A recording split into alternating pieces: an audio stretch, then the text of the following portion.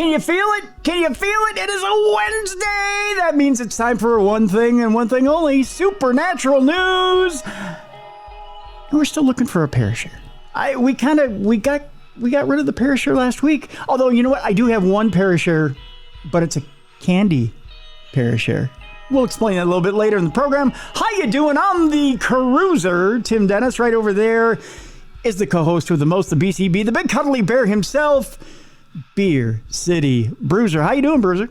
Oh, I'm doing fantastic. Very excited to speak to our lovely listeners today about all the creepy, the kooky, and the spooky. Oh, absolutely.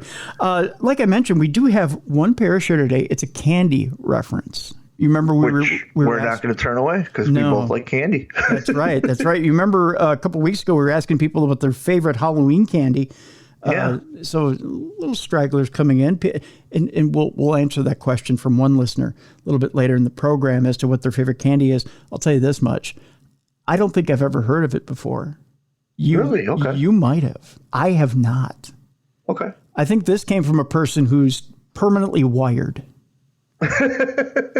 I think if I ever did this, I would probably be running around the block. Yeah.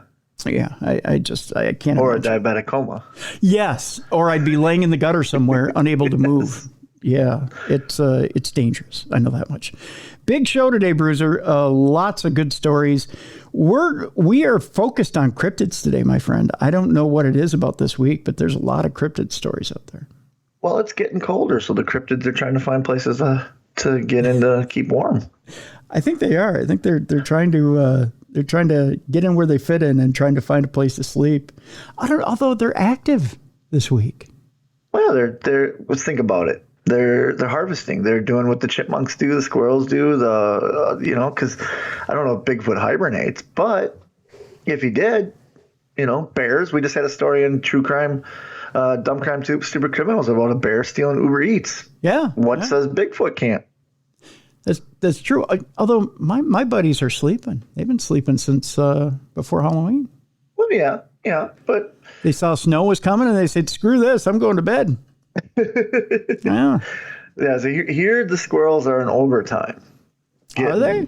Yeah, and it's only in the morning now. You can tell because Ziggy and Talia love barking at them. But so maybe that's what the cryptids are doing. They're gathering and they're getting all the nuts and berries and all that, and gonna go take a nice little slumber. Well, now, have I told you about my squirrel, Arnold Squirrelsonator?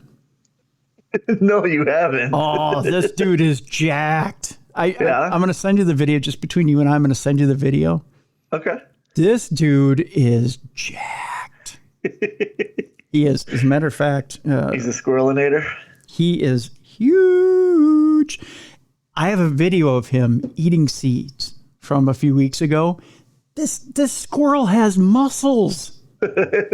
He's just jacked. He's jacked. As a matter of fact, let me see if I can, as we're talking here, as you and I are talking, let me see if I can send you the video. You will laugh your ass off, Bruiser, at this squirrel and his lats and tats and trats and whatever else he's got.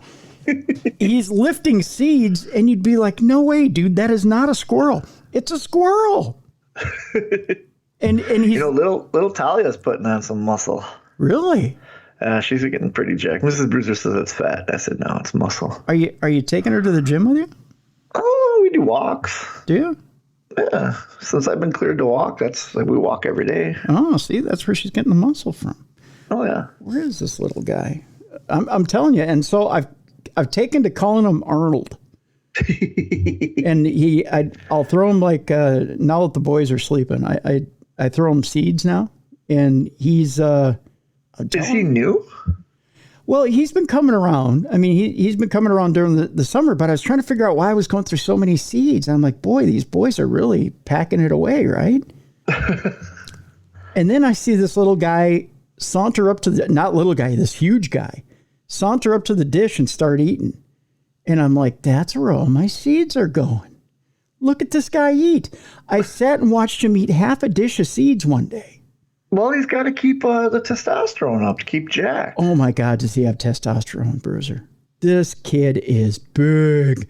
And he's eating these seeds, and he's looking at me as I'm videoing him. and it looks like a candid camera video as I'm videoing him, and he's just kind of looking at me like, "What is it you're looking at me for?" And he's eating and he's eating and he's eating, and I'm like, Jesus Christ, look at the size of that squirrel, and he's got these biceps on him, and I'm thinking he's probably going around beating other animals and taking their food. Yeah. He's like a bully. He's a squirrelinator. Yeah, and we put out my nuts. We put out sweet potatoes for him the other day, and he was eating the sweet potatoes and they're huge. They're like the size of him, but he didn't care. He like wrestled them to the ground and beat them into submission and ate them. I was like, love it. I'll have to find it later. This video I have, for some reason I'm not finding the video. Where's well, we don't have time to sit and look for it now, but I'll send this video of Arnold Squirrelzinator for you, and my God, he is impressive. He is the biggest thing. I just for some reason it's not showing up when I go to send it to you, but my God, he's something. He is impressive. He's scary is what he is. Because he tried to jump up into the birdhouse, and the birdhouse is barely big enough for like the chipmunks, right? But big enough you could bring it down, you think? Oh, he almost did. Oh, okay. When he jumped in it, like the whole bush rocked back and forth. I was like, you big mother, look at you. But he was impressive. Okay, wait a minute. Let me see. Let me see what the beginning of his video looks like so I can send it to you. There it is. Okay. So it's a minute 37 of this boy just eating. Let me see. There he is. Oh, okay. So can you see him eating? Oh, yeah. See how big that boy is? He's got broad shoulders. Doesn't he? Like he's got a normal squirrel head, but then there's the jacked up what's on his wrists too? It looks like he's wearing wristbands. Right. Like he's been lifting. Yeah, he's got wrist guards on. Yeah. Like when you do shoulders. Yeah. Doesn't he look like he could take out half the neighborhood? Yeah. Yeah. That is a squirrel I do not want to mess with. Right. His legs are jacked too. Right. I know, right? Like you didn't see his legs right away because of the fence post. And then he takes a step forward. You're like, whoa. Yeah. Yeah. That's Arnold. His legs are as big as his tail. Yep. That's Arnold Squirrelzinator. I know. Isn't he scary? Yeah. He's a scary motherfucker, boy. That's Arnold Squirrelzinator. I'll send you the video so you can look. You can do a complete breakdown of him. He's just a huge jacked up squirrel. I know. That's the mother that's been eating all my food. Well, with that physique, he's going to eat a lot. Right. I bet you that there was one female squirrel. I was earlier this summer. I was sitting out. I know which squirrel talk. All of a sudden, it's become squirrel radio here. But I was sitting out front and I was watching it when squirrel mating season was going on. Do you remember me telling you about this earlier this year? Uh-huh. Yep. There was one poor female, and there was 4 or 5 or 6 males that were chasing her. Yeah. I think he won. I think so too.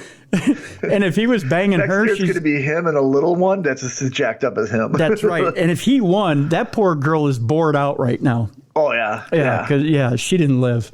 And she's given birth to at least a 7-pound squirrel. Because that guy won. Holy shit. Yeah. That is the Adonis of squirreldom. Oh my God. Unbelievable. Well, on today's show, Bruiser, man, oh man, have we got a show today. We got of course, we've got alien stories, but we've got UFO stories, which may be a little alarming. And we've got one funny one. You remember the ring video contest we were telling you about? Yeah. Where Ring was asking for your submissions if you had a UFO sighting on your Ring camera. Yeah. They've actually got some pretty funny submissions. Oh, okay. So we'll tell you about that in today's program. Before we get into the UFOs and stuff, I want to remind people, because I've been getting a lot of messages from people in Wisconsin particularly. Sure. The 5 or 6 lights you see in a line are the Starlink satellites. They're not UFOs. Oh, I guess they were over the state of Wisconsin this past weekend. Yeah. And I've just been getting messages from people, hey, look at this. You and Tim should cover this. Look at this. And I'm not being a Downey, Debbie Downer, but not UFOs. Right. Starlink satellite system. Yes. You can tell because it's a perfectly straight line moving, it never changes what it looks like. So. Yeah, you got to be careful, folks, because the Starlink system will get you every single time. And it looks like a giant UFO coming at you with the lights and then all in a row. It's not. It's not. Yeah, and it's right now over the Midwest somewhere. Yeah. I've been getting at least 3 messages a day with pictures. Yeah. And thank you. Don't get me wrong. Thank you. But Tim and I have already covered it. It's the Starlink system, satellite system. We already, we can both debunk it. Yep. That's all it is. Yep. So we've got a mummified 6-inch alien skeleton we'll talk about today. We'll talk about a time traveler who's going to tell us about how the world is in like 2046 or something like that. And we're cryptid heavy today. That's for sure. First, let's talk about this mummified alien skeleton. Oh, no, not the mummified alien skeleton. First, we're going to talk about an Air Force officer who's going public with a terrifying UFO encounter and says it's coming right for us. Okay. That's right. That's what's going on. Let's hear what he has to say. A floating red square the size of a football field, Bruiser, hovered over a U.S. military base not once but twice, according to a new report, causing terror and chaos. Of course, this incident happened in 2003, so it's crawling at us slowly. The 2003 incident was first made public during July's congressional hearing into unidentified anomalous. You can go ahead and make the sound. The phenomena. Yeah, not this, because that's a different button. Yeah, the phenomena. There we go. Formerly known as UFOs, they're UAPs now. Giving sworn testimony, former U.S. Navy fighter pilot Lieutenant Ryan Graves described the event secondhand, recounting the morning of October 14th of 2003, in which a mysterious red square floated above Vandenberg Air Force Base in California. Now speaking on Lieutenant Graves' podcast, Merged, a second military source has revealed the object returned later in the day. Jeff, I believe it's Nuccatelli, who was a senior patrolman at the time, was not on location, but heard all hell break loose as screaming came in over the radio. They're screaming, "It's coming right at us. It's coming right for us. Now it's right here," he said. At first, he thought it was a joke because Air Force cops are well known for playing pretty elaborate pranks. That's a pretty elaborate prank. Yeah, it is.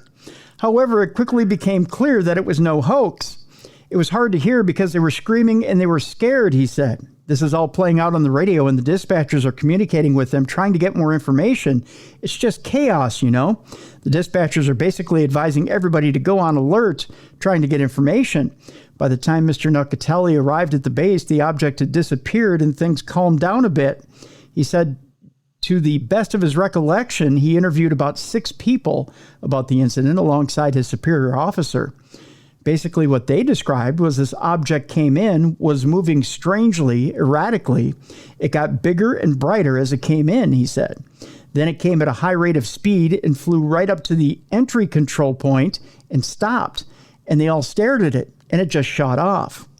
Although he did not witness the UAP himself, he said he had no qualms in believing that the testimony given to him at the time. These guys are trained observers. They're posted out there 24/7, he said. They know what aircraft look like, and they know what fishing boats look like. I didn't feel like they were just jumping the gun because there had been a UFO.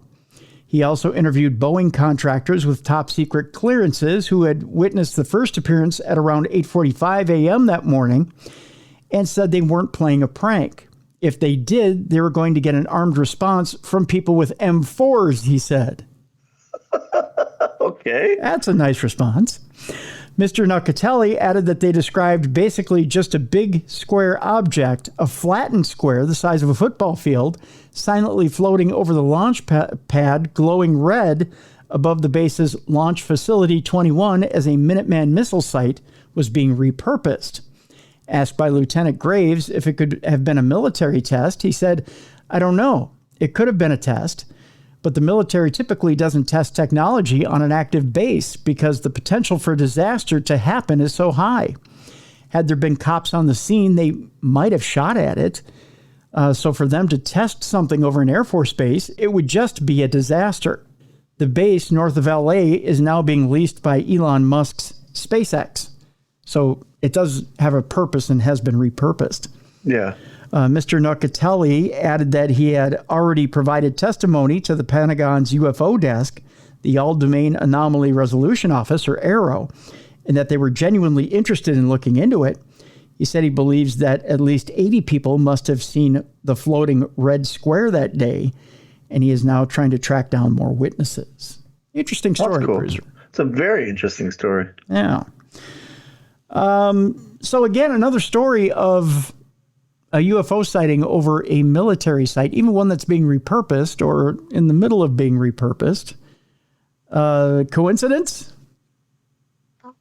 Oh, I'm glad more military are coming out. It adds a little credibility that you're military.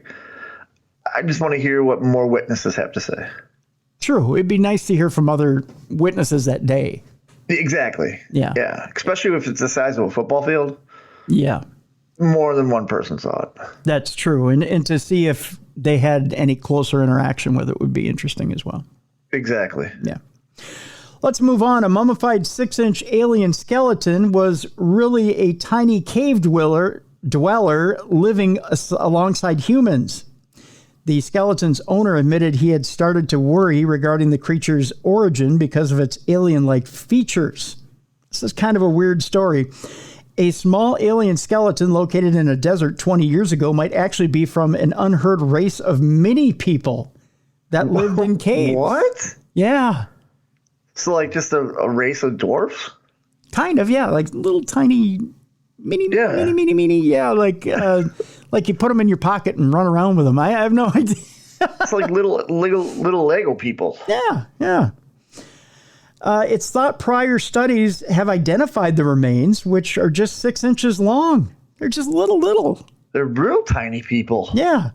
And are not a human fetus, but a fully formed being. These little 6-inch people. The skeleton's owners admitted he had started to worry regarding the creature's origins because of its alien-like features. The strange corpse was just 6 inches tall and did not possess kneecaps. There were no kneecaps on this What? thing. Yeah. So they just walk straight-legged? Right. It also had a pointy cone-shaped skull, slanted eye sockets, and 10 ribs. Weird. Oh, so 10 ribs I can see because it's so small. Mm-hmm. That's crazy. The bizarre remains have been nicknamed Ada because they were located in a deserted church in Chile's Atacama Desert. Oscar Munoz, Chili's or Chile, not Chili's as in the I was going restaurant. to say Chili's, huh? They found him at Chili's. Yes, it was wanting baby back ribs. I love me some baby back ribs. By the way, if I may go on a tangent for a second. Yes, please. I am still hooked on this damn song from the bar.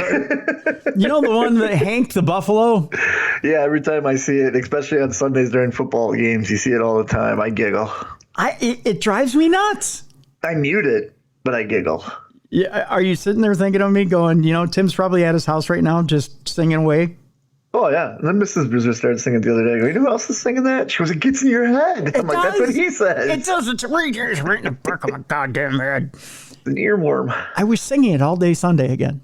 Because football is right when it airs. That's right. You know where else they air it all the time? They air it all the time on Vice. Oh, yeah. Yeah, I can see that. I was watching. I wasn't watching. I had it on in the background. I had in the background as I was working the other night here in the studio. I had the Dark Side of Comedy on. Oh, okay. Okay. So, and if you've never watched the Dark Side of Comedy, it's a phenomenal, it's a wonderful series. All the Dark Side shows are great. Yeah. And Dark Side of Comedy is really good. And they were running a marathon of the new season, which has Robin Williams and Joan Rivers and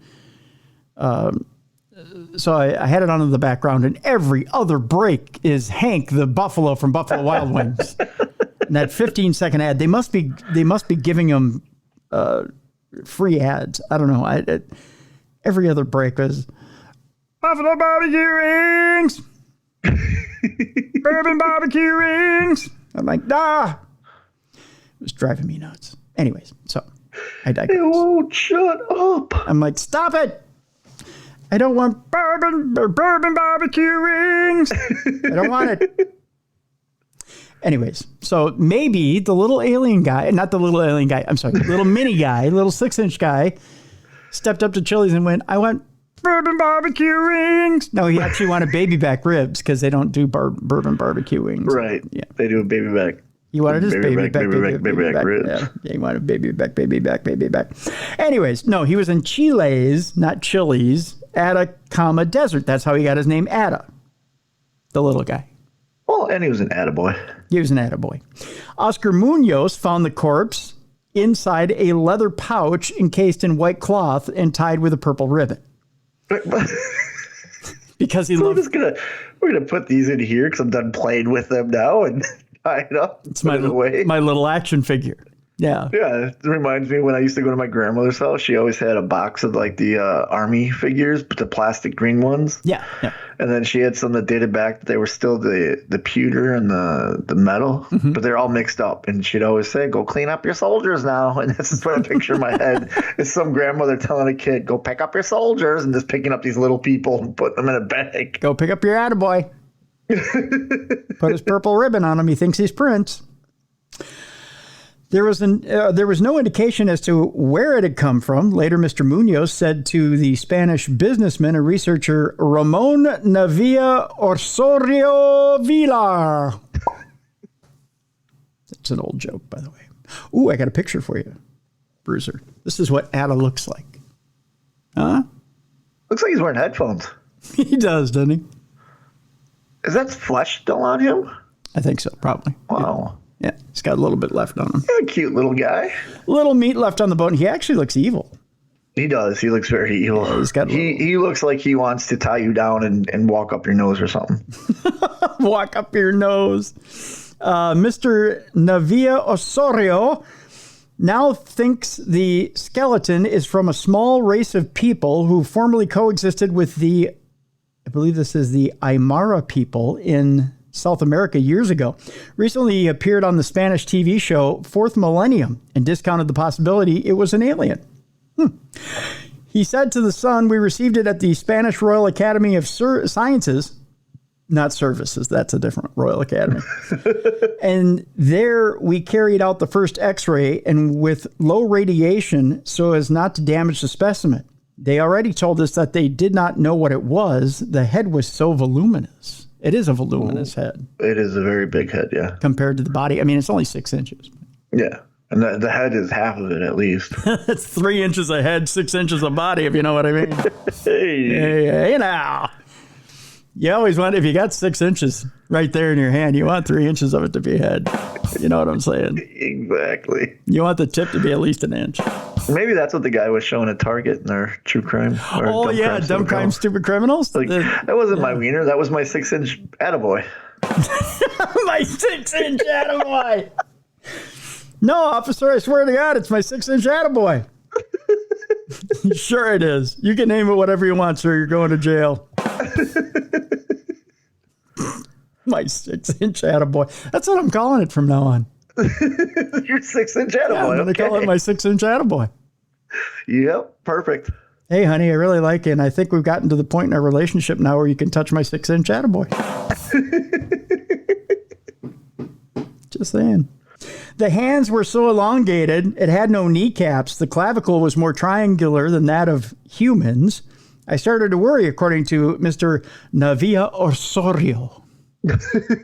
They got such good names. They do.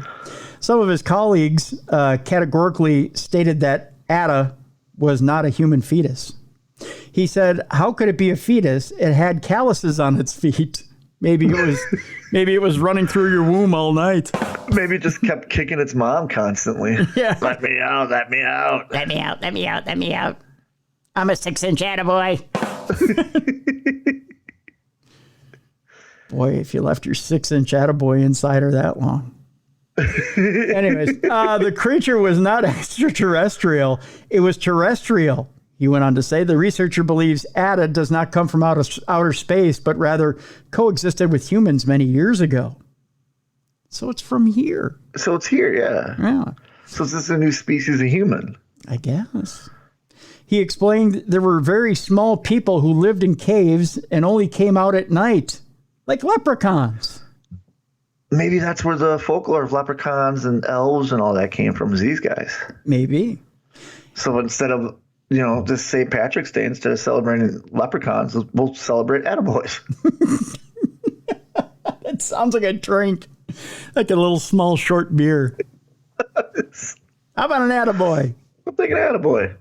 There you go. Take an attaboy. So it says here they were very small people who lived in caves and only came out at night, hence its strange almond-shaped eyes. A native friend from the Aymara tribe told me that these beings used to live with their ancestors before the Spanish settlers arrived. Since Ada's discovery in 2003, rumors have been circulating, with many believing the remains to be otherworldly. The theory grew in popularity after the skeleton featured in a documentary as potential evidence for alien life. DNA analysis in 2018 indicated it was a human female fetus with unusual mutations linked to dwarfism and scoliosis. However, that was disputed by a follow-up study by an international research team led by, I believe this is Sean Holcrow, who's the professor of bioarchaeology. In conclusion, the team said, as experts in human anatomy and skeletal development, we find no evidence for any of the skeletal anomalies claimed by the authors. So it's still kind of up in the air, but they believe that Ada is human. So there you go. I can see it either way, but I can see that being the source of a lot of folklore because of the size and the way its head's shaped and the no knees. No knees, which is weird. That's for sure. Let's move on. That Ring camera contest that we were telling you about. Capture Cryptid. No. The UFO contest. That's what it was, UFO. Yes. Yeah. Capture a UFO, send it in. If you could capture one on your Ring camera, or you could make one up. If you could make up a sighting, which was part of the contest as well. There were two parts to it. There's some weird and hilarious submissions that have been sent in, specifically the ones that were made up, particularly. People across the country wasted no time in producing some weird, wacky, downright hilarious video clips. This was launched back in the beginning of October as part of the firm's Halloween celebrations. The competition, which offered a grand prize of $1 million, required participants to capture scientific evidence of extraterrestrials. Suffice to say, the evidence captured by those taking part was anything but scientific, instead utilizing puppets, silly costumes, and crude special effects to entertain and amuse. Some of the entries looked like they had been put together in around 5 minutes, of course, while others were quite elaborate and could certainly be in with a shot of winning the prize, which was $1 million. Remember, there was $1 million up for grabs in this deal. Well, go figure. Let humans have fun with cameras and you can fake it. So, of course, they're going to get a bunch of fakes. That's true. One video showed someone simply hold up 2 alien toy figures in front of the camera, while another saw someone in a costume take control of the house's owner and use his trick-or-treat bowl as a hat. There are so many that I've seen that have just been incredibly creative and fun, said Ring's Chief Revenue Officer, Mimi Swain. As for the winning entry, we may have to wait a little longer to see that. We have gotten a number of submissions that our expert is reviewing, said Swain. I'm going to post this in the description of this program, this story, so you can see some of those entries. The entries are quite humorous, we'll put it that way, just so you can get an idea of what people were doing with their Ring cameras instead of working. Hey, to some people, that is work. That's true. That is work, yeah. And finally, before the break, a lot of people, we'll take this seriously for a second, instead of the jovial stuff people were doing with their Ring cameras. Psychology Today has a article out there about the surprising psychology of UFO reporting. Okay. And who's reporting UFO sightings. Okay. They think there's something psychological with it. Okay. Yeah, and they're talking about the people who report UFOs or UAPs, and they're saying that they're probably different than you think. You know, there's a stigma to the people who report UFOs or UAPs. There used to be, yeah. I don't think there is now. Well, they're saying here's who's actually reporting UFOs and UAPs. They're saying that studies of those who report seeing UFOs show little evidence of psychopathy or I have a hard time with the word here. Psychopathology or attention seeking. So there's little evidence of that. Yeah. In fact, they're quite, as we would put it here, Bruiser, they have their heads screwed on. Yeah. Good. Rather, UFO reporters tend to have richer fantasy lives than average. So they do have an imagination. They have an imagination, but that's still... UFO reporters also tend to score higher on the Big Five personality trait of openness. So they tend to be a little more open about everything in their lives. So they do tend to share more. Okay. I'm going to try to get through. I'm going to skip a lot of what the scientist had to say as far as fluff and stuff and all that other stuff. They do say that studies of people who report seeing unidentified flying objects or unidentified aerial phenomena show, they throw a little conjecture in there. They say, thankfully for me, that very few such individuals exhibit psychopathology or are simply trying to grab attention or sell their stories for financial gain. Rather, researchers concluded that the vast majority of those who report seeing extraordinary aerial phenomena truly believe what they saw was real, and that, in fact, what they saw was not a hallucination. Quirks of perceptual psychology can explain some of the reporting. In the author's case, for instance, their brain assumed that the pinpoint of light that they were seeing was at least a few hundred miles away, so that a rapid lateral movement of 2 degrees of visual angle seemed like an astonishingly large excursion, or about 7 miles in a very short time. But the satellite, that's in quotes, could have been running light on a drone flying much, much closer to the author, which was hundreds of feet instead of hundreds of miles, in which case the abrupt light angle turn that they witnessed, although impressive, did not require otherworldly technology. This kind of distance versus motion optical illusion could account for many of the reports of extraordinary flight patterns. Interesting. But as the recent congressional testimony of military pilots who recorded encounters with UFOs, including range-to-target data shows, optical illusions can't account for all of the sightings.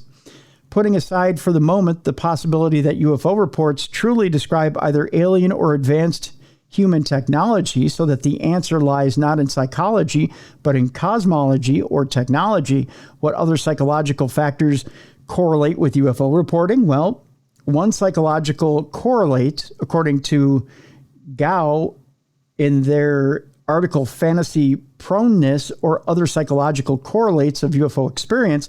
I know you've all read the article. I'm joking now.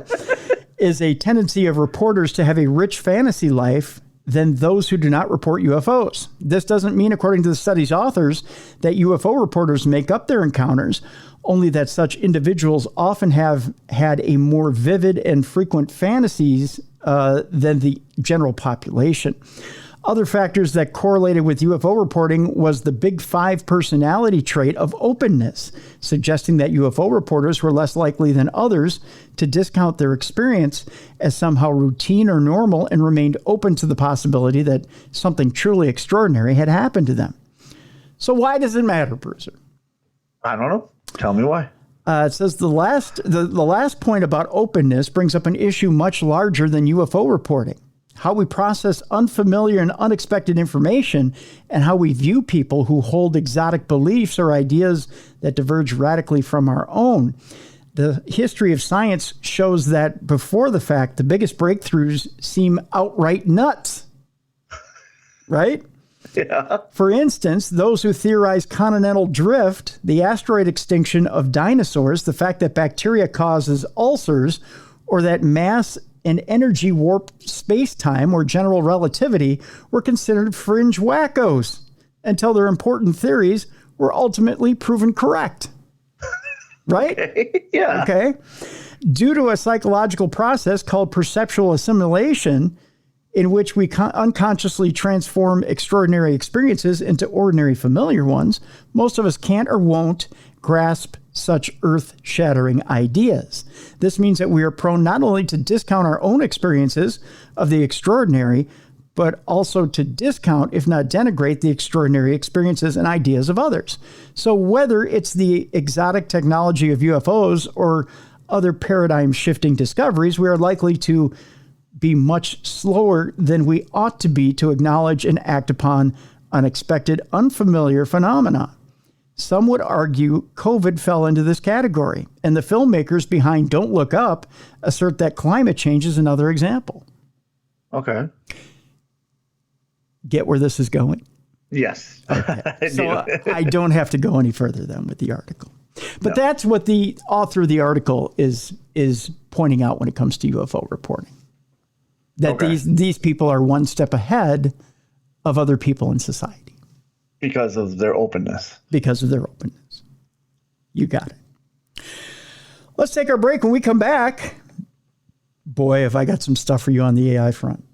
All right. It's more nightmare fuel.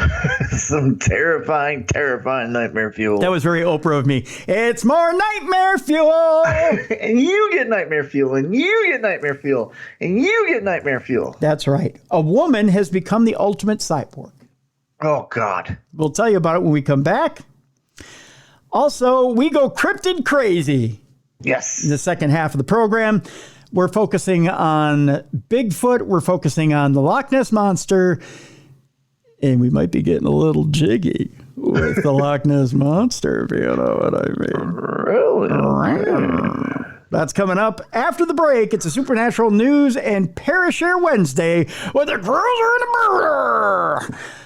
Right here on the best in paranormal programming. This is Darkness Radio.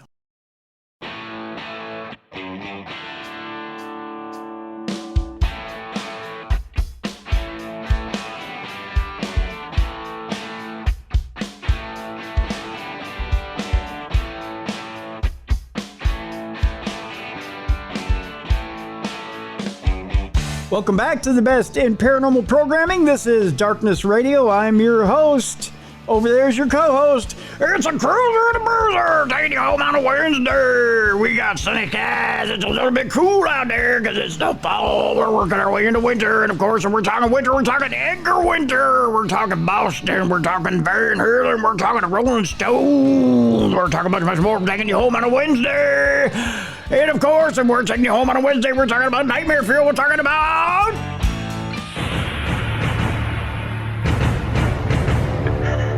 Scared? I used to love this song. Yeah? And now I'm scared. I don't mean to do that to you. I mean, it's not... It's not you, it's AI. I know. It's just... You know, people may think I'm a fatalist. I'm really not. I look forward to things in life. I look forward to nature. I look forward to sitting outside enjoying things when I'm not choking on smog. I think we're realists. AI is the downfall of humanity. It could be. It could be. Huh. Although I kind of enjoy the new Matthew McConaughey ad where he's talking about he's a new sheriff in town, but who's the sheriff of AI and blah, blah, blah, blah, blah. Is that him or is that an AI version of him? I think it's an AI version of him. I like, and it's so good. Like every time I see that commercial, I'm like, I love him. I think he's a great actor. But he's right. Yeah. Yeah, there's no sheriff in town when it comes to AI, is there? No, we proved that last week. Remember that fake company said, "Oh, we'll just move out in the international waters where there's no law." Right. They kind of pulled the rug out from underneath you. Yeah. Like, okay, Biden, you can do all this. Guess what? We'll go international. Yeah, and then everybody kind of freaked and went, "Oh, you can't do that," but they didn't. Not yet. No, it's fake. Not yet. Remember we were talking about scientists working on bringing you back from the dead with AI? I remember that, yeah. There's an article out there by Gizmodo talking about AI companies that want to bring you back from the dead. And there's actually a long list of companies that have sought to solve the problem of mortality.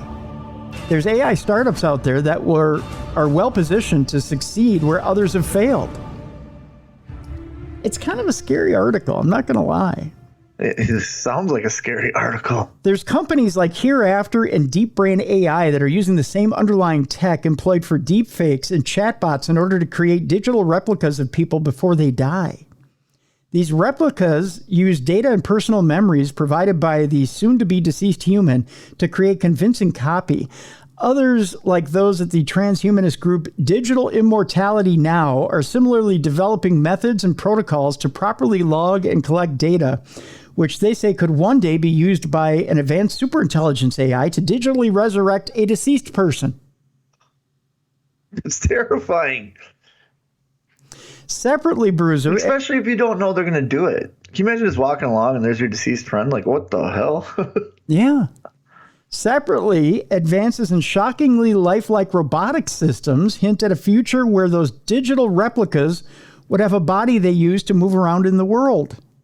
Hanson Robotics, a Hong Kong-based robot manufacturer formed in 2013, has already developed several creepy-looking humanoid robots modeled after humans that speak and interact with others in the style of the human they are based on. The result is a textbook definition of the uncanny valley. They're taking away, if this goes through, they're taking away people learning how to grieve and accept death. Oh, it's here. What? It's here. Yeah. So they're literally taking away the grieving process. Because people are going to think this is the person I'm talking to. Is there anybody in this world that you can think of that you absolutely have to have back in robotic form? No. There's people I want back, yes. But I know it's not them. Even just to help yourself through the grieving process? How does that help you through the grieving process, though? You don't have closure because, take, for instance, the girlfriend, the AI girlfriends. Mm-hmm. We've had numerous stories on here about guys blowing their brains out because their AI girlfriend broke up with them. This is an AI girlfriend. Yeah, yeah. You know it's not real going into it, but eventually you form feelings. Well, now you go to this AI, bring someone back from the dead that knows all the past history of the person that had passed away. You're going to go through it again. Some people will believe, oh no, this is really them, and it's not. I don't think it's good. I think we all want someone back, but natural life circle is born, live, die. And we have to accept death as part of life. And I don't think this allows it. True. There are some people, though, that are so stuck in grief that can't see the forest for the trees, that have said, even if it's, that would argue with you that, it's just like a picture, like having a living picture sitting in front of me. And there are some people, as sick as it sounds, Bruiser, I could see that maybe have broken up in a relationship, that person won't be with that person anymore. That could take and use robotics or use AI to recreate that person. And that living person that won't be with that person anymore, they'll take a digital copy instead of having that real person around and use that digital copy. See, and that's where the law has to come into it, because if the person's still alive and there's a digital copy of you walking around, like, can you imagine if you bumped into yourself? That would be creepy. Yeah. And then you find out the reason that you're bumping into yourself is because some girl that you had a fling with 10 years ago couldn't get over you. So they created this. You know what I mean? Yeah, completely scary and bizarre. But yeah. And now go along with the death thing. So someone passes away, you create this robot. Can you imagine the other family members that didn't know, and all of a sudden they walk over and there's a dead person walking in front of them? Now you're grieving. I think as humans, we don't like the grieving process, so we try to find ways to make it easy. Well, I'm sorry. Death and grieving is not easy. No. And the closer you are with somebody, the harder it is to let them go. True. But that's human nature. That's human life. We live, we're born, we live, we die. That's what it is. It's what you do while you're living to make that impact. But once you're gone, you're gone. And like I said, I want people, but I wish I could have 5 more minutes with some people. Yeah. It would be great. But this isn't those people. This is an AI version of what AI thinks these people were. Yeah, very And true. I think people out there that are grieving and can't get over the grieving process are going to latch onto that in an unhealthy way. Very true. Very true.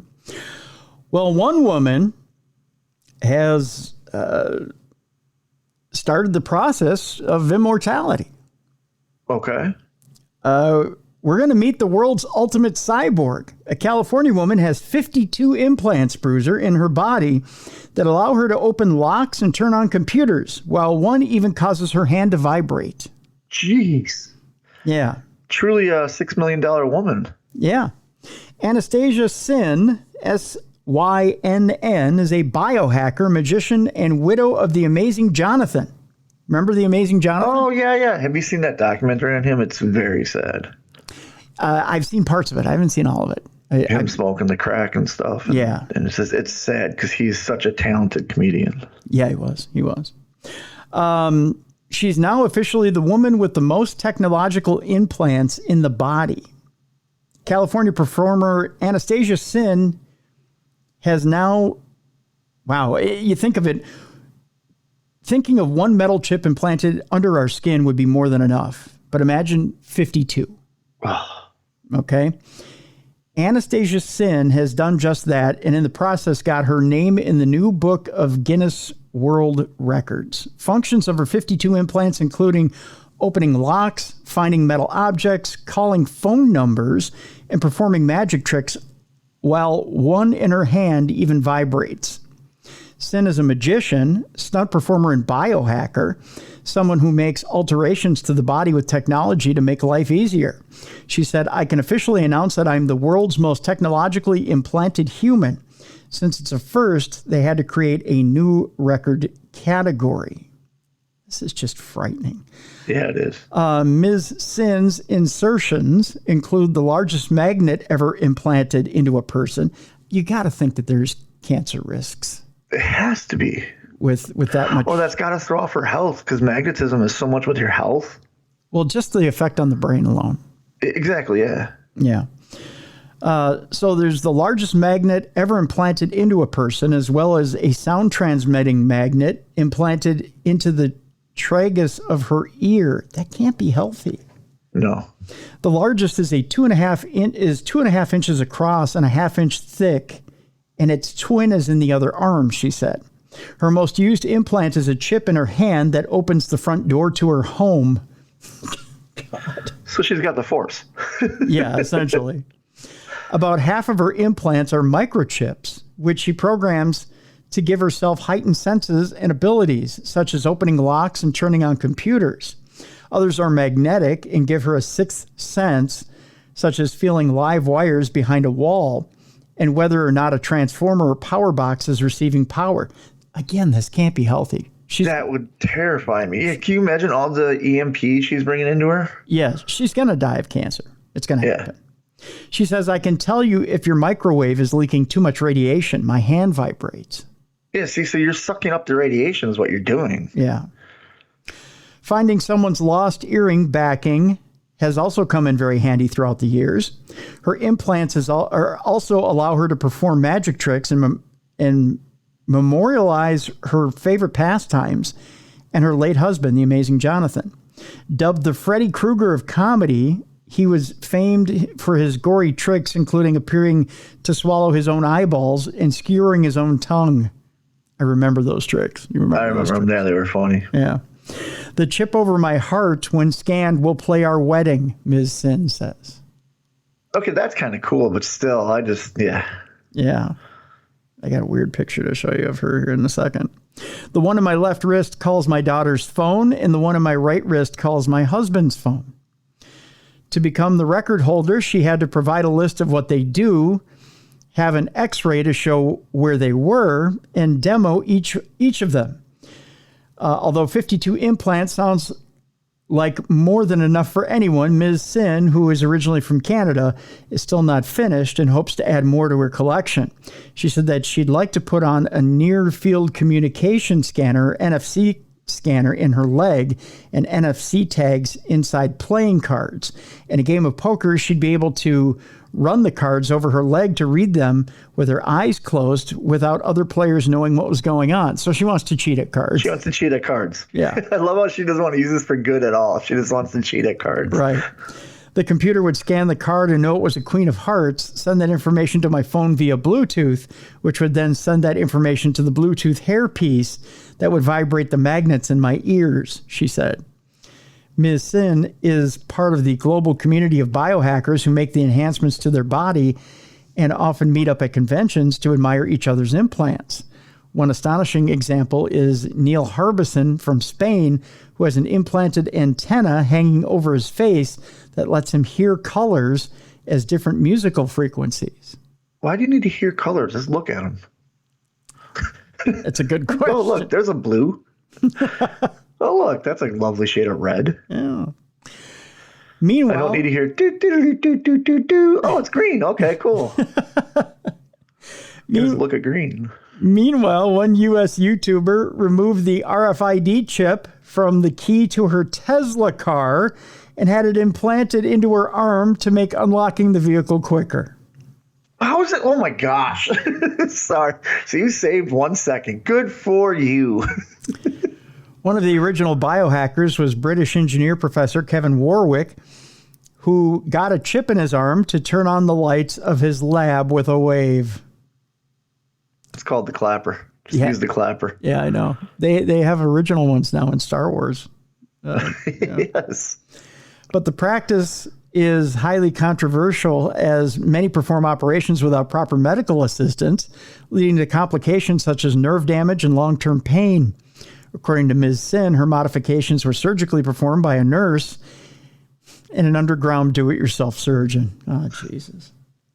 This reminds me of the video game Cyberpunk 2077, because in that game you can go to underground surgeons and get cybernetics implanted in your skin to help your character throughout the game. But like, they literally tell you, they call them butchers. They're not doctors. They know how to implant that stuff. So about half the implants were inserted with a thick hypodermic needle and a plunger, while the rest were inserted with a scalpel with the skin sewn up afterwards. I take it these people were awake. Yeah. I put quite a few in myself, and I had a friend help me with the ones I couldn't do on my own, she said. And pretty much in the next 2 years, she's just going to be a bubbling pile of goo. Mm-hmm. Once implanted, biohackers must monitor them to make sure that they're not degrading or breaking in any way. And if they are, they have to come out. Miss Sin said she has to remove and inspect her implants every once in a while because of their experimental chemical coating. Oh, God. The degradation of the implant coatings can expose her to toxic elements of the printed circuit boards, copper wire, and neodymium. Neodymium. I bet you that'll cause some diseases. It's always fun getting MS from a circuit board, isn't it? Yeah. Not all procedures on the biohacker's body have been successful, however. In one instance, she had all of her teeth pulled out in the hopes of replacing them with cyborg dentures that she could snap in and out, a painful process that she doesn't recommend. Oh, dear God. Whatever the exact functions of the dentures, the plan fell apart when her doctor could not fully understand what she wanted. Really? Yeah. She said, I was left without teeth for 6 months, causing my lower face shape to change and a subsequent slew of problems. What? I've given up on my desire to make cyborg dentures, she said. Well, you just give up on the whole thing. Maybe some nice snap-ons would work. Exactly. Yeah. Why do you need? Okay, so what are your denture cybernetics going to help you with? Taste pizza better? You know what I mean? Like, I don't know. You can alter your voice. Like, what was the plan there? They allow you to chew through metal. I have no exactly. idea. Like, you can become a goat. You remember Jaws from the Bond exactly. movies? Yes. Yeah. Yes. That's what you are. That's all I can imagine that is. Yeah. Yeah. I changed my face shape, but it was worth it. No. coming from a guy who has no teeth. Respect your teeth. Respect the teeth. In 2017, a Sydney man extracted a chip from an Opal card, the city's travel card inspired by London's oyster, and had it implanted in his hand. The man, Meow Ludo Disco Gamma Meow Meow, which is his legal name. Come on. Would you like That's me not to, his birth name. Would you like me to read that again in case you missed it the first time? Yes. What is Mr. Meow Meow? That is his last name, by the way. Meow Ludo Disco Gamma Meow Meow. Oh, somebody never grew up. Was able to Guarantee that's not his birth name. No, it's his legal name. You changed it. Gee. His mom's like, Jonathan. Why can't we just call you Jonathan? Steven. Can't you just go by Steven? Your grandmother loved the name Steven. Meow Ludo Disco Gamma Meow Meow. Hey, who are you named after? I'm named after my cat. Mr. Meow Meow. My cat named me. He looked at me and went, Meow Ludo Disco Gamma Meow Meow. The man was able to hold his hand to the card reader to tap on and off when using Sydney's transport system. He went, you want to see something cool? Look at this. Instead of using the actual card? Beep. Yep. Hey, man, watch. This is cool, too. Beep. And that didn't cost me a bunch of surgical stuff. There you go, Mr. Meow Meow. You want to hear something ironic, though? Transport officers gave him a $200 fine and a conviction for traveling without a valid Opal card, even though he had money on his Opal account and was therefore paying for the journey. Good. They can't physically see it. I love it. According to Transport NSW, tampering with an Opal card is a breach of Opal terms of use and means the card is no longer valid for travel. Yep. I was going to say, you can do that with a credit card. So, Mr. Meow Ludo Disco Gamma Meow Meow fucked himself in the end.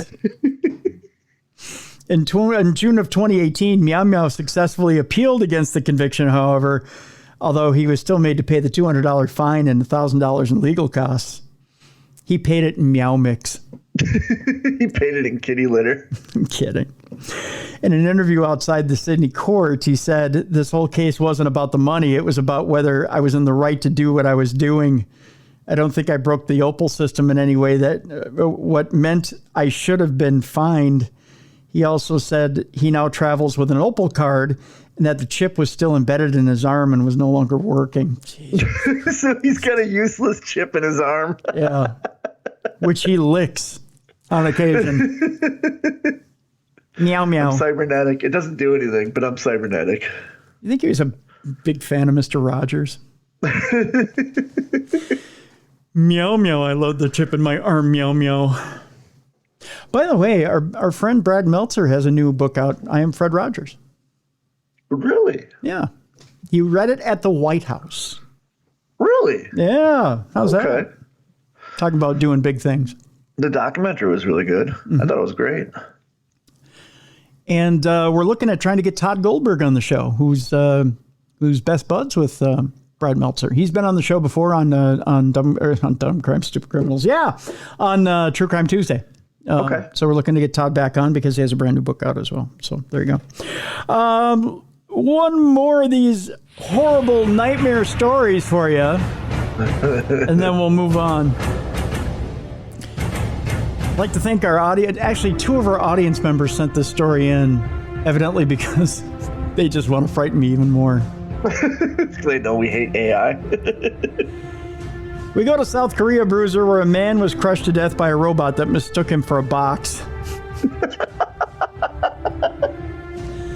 Wow. I don't know how I'd feel if I was mistaken for a box. Yeah, I know. One is square and the other is a square. I mean, you know, it's hard to mistake. Yeah, that kind of hurts the ego, doesn't it? It does, yeah. The man was reportedly inspecting the mechanical arm when the accident happened. There's no hope for Amazon workers. No, there's not. No. A man has been crushed to death by a robot that mistook him for a box. What's in the box? A worker in his 40s was inspecting the robot's sensor at a warehouse for agricultural products in South Gyeongsang Province. I guarantee you I can't hit that twice. Gyeongsang. According to the Yonhap news agency, the robot was lifting boxes of bell peppers when it misidentified the man. What, did he have his dick out? That's all. He's in the bell pepper dick. Crush him! Citing police sources, it reported that the mechanical arm pushed the man's upper body onto a conveyor belt and crushed his face and chest. Oh, so he folded him up. Owie. He died later in the hospital. In other words, he had lived through it. Yeah. Can you imagine being lived literally from being folded up? That's crushing every bone, tearing every... ouch. Ouch. In a statement, an official from the Dongosong Export Agricultural Complex. Excuse me, you work for who again? Dongosong Export Agricultural Complex? My name's Mr. Meow Meow. And your name again? Mr. Meow Meow. Please don't, I'm not a box. I'm human. I work for Dongosong. I'm human. Which owns the plant, called for a precise and safe system to be established. Well, they didn't get it. Nope. In March, a South Korean man in his 50s suffered serious injuries after he was trapped by a robot while working at a vehicle parts manufacturing plant. Crushed. Wait, he was trapped? Yeah. Like, to start hanging on to him. I'm going to fold you. No, don't fold me. I'm going to fold you. I'm not a box. I love you. Let me make sweet robot love to you. You look like a bell pepper. Must fold, must fold, must fold. Let's move on, shall we? Let's get out of this AI nightmare and go to a time-traveling nightmare. Great, another time traveler telling us something that's going to happen that's not going to happen because they're not a time traveler. Because they changed the timeline. Actually, you know what? We should do our one Parashare before we get into time traveling nightmare, shall we? Our candy Parashare, yeah. Our candy Parashare. You know, we were talking about Halloween candy. Yes. And what our favorite Halloween candy was. Do you still have them ranked in the same 5? Have you been eating Halloween candy ever since? We still have some Halloween candy here. I still have my Whoppers. Yeah, I've been trying to get in the ring shape, so I've limited myself on sweets. Oh, that's right. Tell people. I got to perform in my underwear. Yes, you have to perform in your underwear. Tell people where you'll be performing here. Why I grabbed this? It's WrestleCade weekend, so it's Thanksgiving weekend, 24th, 25th, 26th in Winston-Salem, North Carolina, at the Benton Convention Center. It's the largest wrestling get-together around, and it's so much fun. Come on out, and I'm wrestling both Saturday and Sunday now. Oh, there you go. There you go. Saturday and Sunday. Saturday and I'm producing shows all 3 days. I'm gonna have a busy week. Jeez, you're not just dipping a toe in the water. You're jumping in. I'm jumping right in. I'm producing the ladies show. I'm producing both AML shows, and I'm producing a couple of skits for the area for the shows. Wow. To stream, yeah. Wow, you are jumping in, my friend. Holy. Hey, got to make that money. I guess, right? And I'm doing a meet and greet, and I'm doing a special like table autograph thing. So. Wow. Well. And I'll have stuff for sale. So come on out, spend money on me. There you go. There you go. And folks will have a link up as well in the events section of darknessradioshow.com. So you can check out Bruiser there at WrestleCade. So there you go. GCW's Friday, Ladies Night Saturday, Ladies Night, WrestleCade Super Show Saturday, along with the Fan Fest, and then Sunday is Ladies Night Out and the AML Day After Show. So. That's right. Coming up in the show still, we have the Mystery Blind Frog Ranch guys. We're going to be talking to them. It's coming up here in just a bit. We're going to do the time traveler story, and then we're going to go to the interview, and we're going to talk to those boys and get the skinny on the new season, right? New season, right? Yeah, good stuff going on that season here. So the Parashare that we have for this week, Bruiser. But I remember it from memory, and it's this. It was just simply one line, and it said, Pixie sticks inside of red vines. Oh, yes. Have you ever done that before? We used to do pixie sticks and Mountain Dew when we were in school. Pixie Never in the red. We used to, actually, it was pixie sticks and Mountain Dew and then use the red vine as a straw. Oh, my God. That's what got us through high school. No wonder you kids have diabetes. Holy shit. Pixie sticks instead of red vines. I'm trying to find this young lady's name who sent this. And I went, pixie sticks. That's like little kids' cocaine right there. I mean, that's... Yeah, it is. Yeah, that's homemade meth. Wow. Pixie sticks and red vines. Now that's creative. Yeah. Oh, yeah, that's real creative. Because, when we were kids, we were just like, oh, just swallow all the sugar. Here it is. It is Susie Ammerman who sent it. And she says, "Nuff said. Pixie sticks inside red vines." So that's nuts. Yeah, that's literally meth for kids. Wow. Susie, thanks so much for sending that in. And folks, if you still have some favorite Halloween candies that we haven't mentioned yet, or combinations thereof that may potentially kill you from the diabetes, send it in to us. We're still taking your favorite Halloween candies. But wow. Yeah. Or even your rank of Halloween candies. We want to hear it because we're gluttons that way. See, we never thought of putting the pixie sticks inside the red vines. We just put it in the Mountain Dew and then use the red vine as a straw. I almost want to try And then you eat the red vine afterwards. But if we would have lined the red vine with the pixie sticks powder and then also put the pixie sticks, oh my gosh, my heart is just angry at me right now. My pancreas wants to fold up and call it a life. Yeah. That's wow. I couldn't do that now at 45. When I was 13, yeah, no problem. But now at 45, no. If I want to take a nap for half a year, I think I could do it. Yeah. That's that'll put you in a diabetic coma and quick, fast, in a hurry. I wonder if she still eats it. Curious. Oh yeah, Susie, if you still eat that, let us know. Yeah. That got plenty of dentists rubbing their hands together going, man, that is a gold mine right there, boy. Well, then maybe I should start eating them. I got no teeth. I guess. Huh? Maybe instead of pre-workout, I just do that.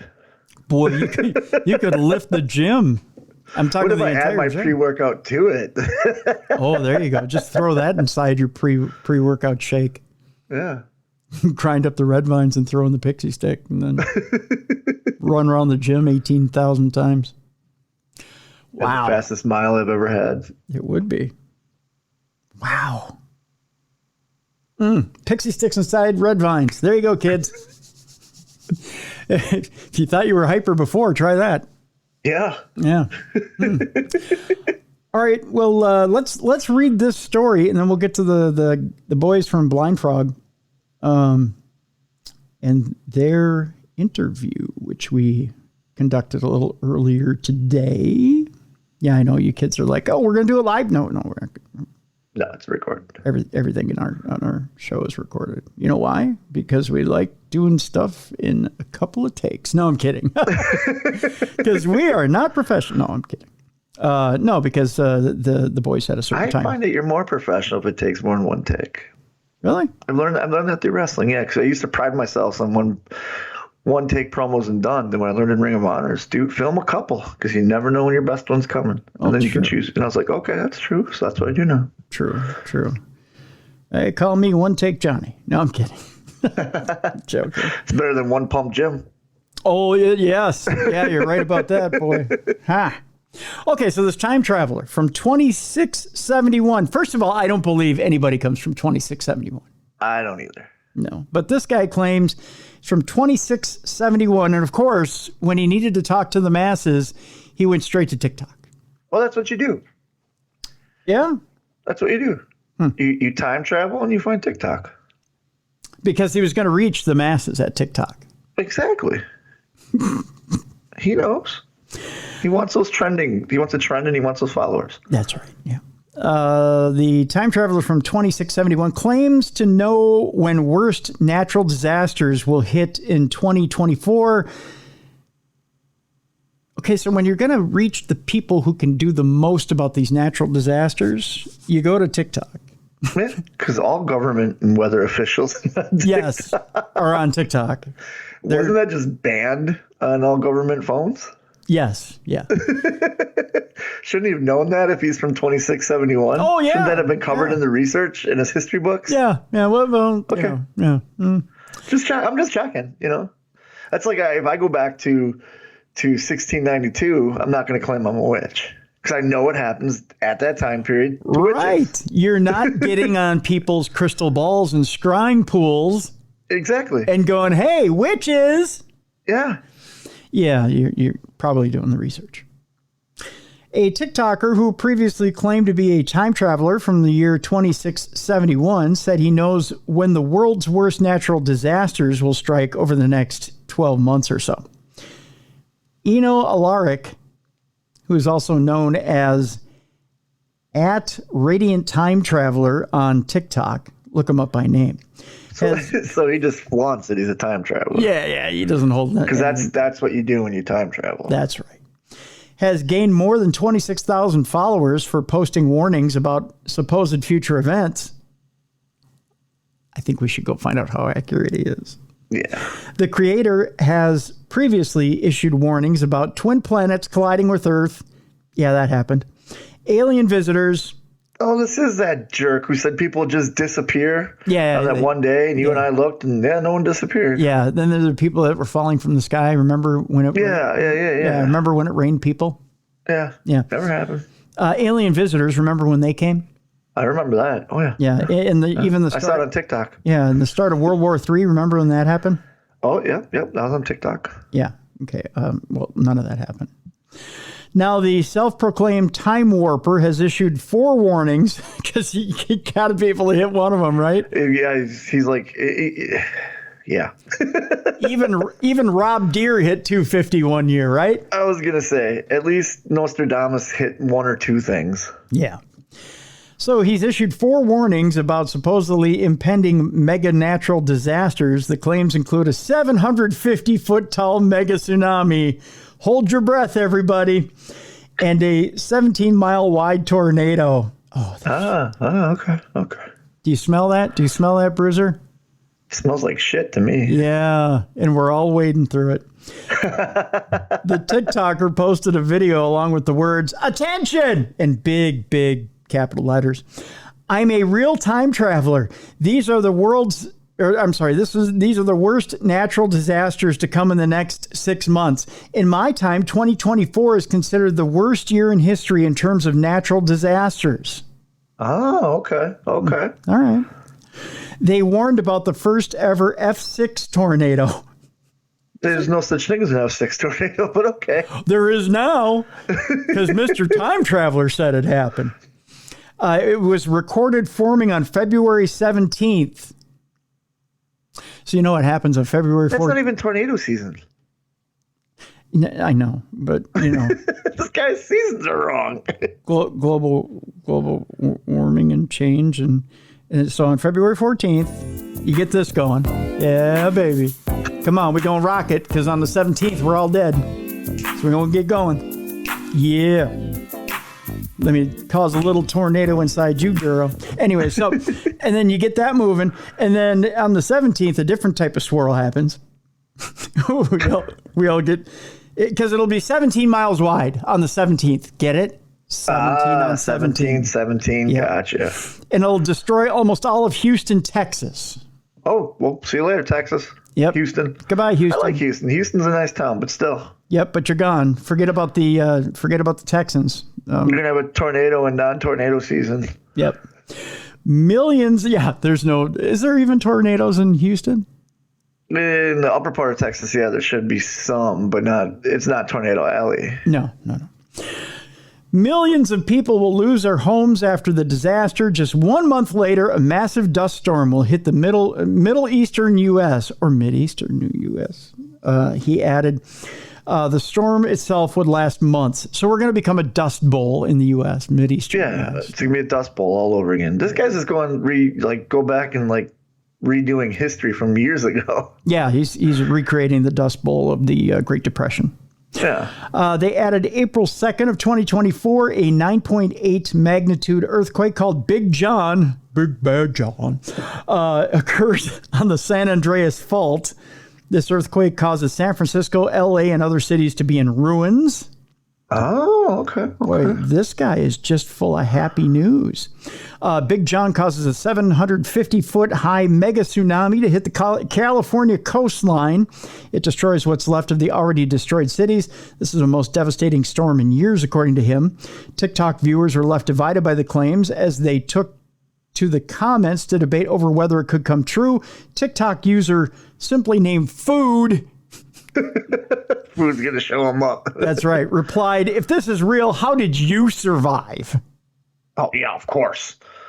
Because, you might have lived in New York and it's 600 years in the future. That's how he survived, because it was 600 years in the future. Yeah. And he probably lived on the East Coast. Yeah.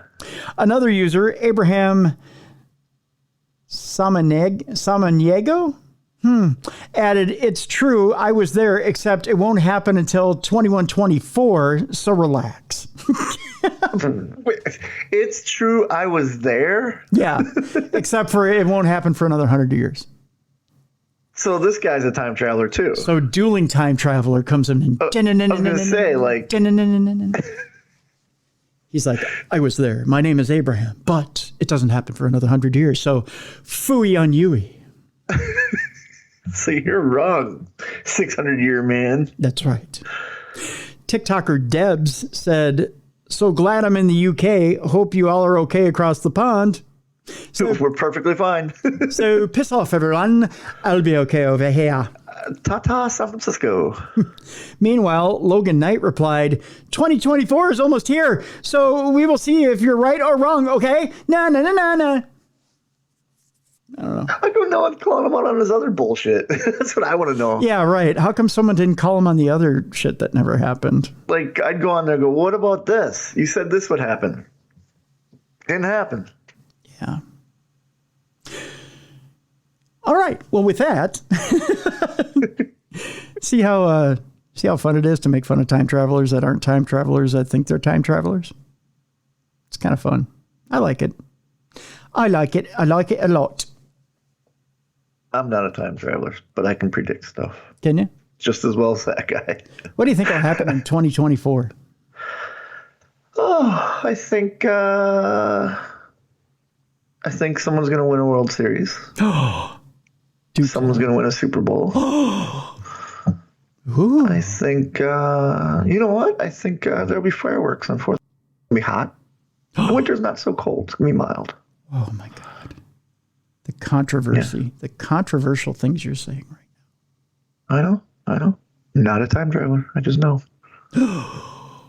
So controversial. All right. I think a pale man will step into a pale office and make a decision. You are. That'll benefit someone. You're so controversial. I am. All right. Well, with that, let's get to our interview, shall we? Yes. Mystery at Blind Frog Ranch premieres tonight on Discovery. Very cool. And we have a couple of distinguished gentlemen with us today that are from that show, Duane and Chad Olinger. Okay. And they're here now to talk with us about tonight's premiere and about what we can expect for the show for the season. Mystery at Blind Frog Ranch. Here's the interview that we recorded earlier today. And in this part of the program here on Darkness Radio, I'm pleased to talk about Mystery at Blind Frog Ranch. Season 3 begins tonight on Discovery. And I know a lot of our audience is excited today with this interview, talking to Duane and Chad Olinger. And guys, I want to bring you in real quick today to talk a little bit. I know your time is limited today, but we want to talk a little bit about Blind Frog Ranch. Not only the show, but the phenomena of the ranch itself. And guys, I want to thank you so much for being on Darkness Radio today. Yeah, thanks for having us, brother. Yeah, thank you. Now, I've heard a lot about Blind Frog Ranch, especially from the UFO community. And there's been, I've heard of actually a couple of conventions that have talked about coming out to the ranch. I want to start first with you, Chad, if I may. and ask you, and this may be a little off the cuff. We'll get into the show here in a second. Let me ask you first about the actual ranch itself. There's a lot of phenomena out there besides just, and what we'll get into the actual phenomena of the liquid metal and things like that are out there. But I got to get into the juicy stuff right away because of our limited time. I want to talk skinwalkers for a second, if I can. Let's do it. Our audience here at Darkness Radio loves to hear about UFOs, skinwalkers, the things out there in the Utah Basin that kind of grab us by the throat and won't let us go. Can you tell us a little bit about the things that go on there at Blind Frog that, much like Skinwalker Ranch, are the things out there that kind of raise the hackles on the back of our neck, won't let us go? Yeah, definitely. For whatever reason, and I don't know exactly what draws all the paranormal things going on, the high strangeness out there, but there is different things that go on. Now, as far as like a skinwalker, I've never seen one, right? But we've caught some weird stuff on videos, and to clarify that we don't know exactly what it is. That's one thing we don't know. But I do know this much: if you go around and talk to people like locals in the area, especially natives, and bring up the word skinwalker, there's immediate fear that goes in them. I mean, they don't want to talk about it. They don't even want to mention the name because they think it's bad spirits coming around. And there's certain people that you can talk to, and they'll say, well, yeah, we can bring them in. And as far as skinwalkers, now there's even like people on our crew have seen like orbs moving around of like Native Americans, and it really freaks people out for sure. And one of the questions they ask is like, how do you deal with it out here? And, for whatever reason, they're not here to harm us. And so that's how we deal with it. But it is often occurring place. Now, Duane, when you purchased the property, 160 acres, correct, out there at Blind Frog? 160, yes, definitely. When you purchased the property, and initially, when you purchased Blind Frog, what was the motivation behind it? What were you looking for? Well, the biggest thing is, and I've told a lot of people this, the biggest thing is that I pretty well watched my parents die in hospice 4 or 5 years before that. And I thought that there has to be more out there than what we're being told. And so we created this so-called, you might say, a healing center where people all got together to bring new doctors in and things like that. And there was a group out of that healing center that was involved in that project up there. And we were kind of a high-risk contractor, so we didn't mind going and playing in the mountains. And those doctors and those other type people didn't have that skill, so it worked good for them to tell us what's going on and for us to try to help them prove it. And that's how we eventually ended up buying and now own 66% of it. Very interesting. Very interesting. So help me out with this. How is it you discover these frogs at the bottom of this well? Walk me through this, and what's the significance of these frogs? At the time that we seen it, so we dealt with a guy. He was ex-CIA, George Stevens, and he was brought to us for that project too. So he did satellite technology and everything. So basically, it would be like they had the technology back then, and even in the Vietnam War, that they could see ionic bursts that give them a color coming out of the ground. And so like in the Vietnam era, there was only 5 of those guys that were that colorblind. So where we see 16 shades of gray, he sees 32. Whatever the number was, it's double. Mm-hmm. So he could see those ionic bursts coming out on perfect videos from a satellite technology. And he's the one that told us where to dig. And once we dug down, right before we popped into that is where those blind frogs started coming out of the ground. And then we dropped into that cave that was flooded. So we know that there's other life down there that make those frogs survive. And for me to say that I know the frogs are blind, well, the only thing I know is they were sitting on the bank they were white in color, and they would not jump until you walk up and touch their nose, something like that. Wow. And so that's the only thing I said was blind, and apparently it is, I guess, but. Well, they almost have to be. I mean, most wildlife is pretty skittish. You get up on it or close to it, it'll jump, right?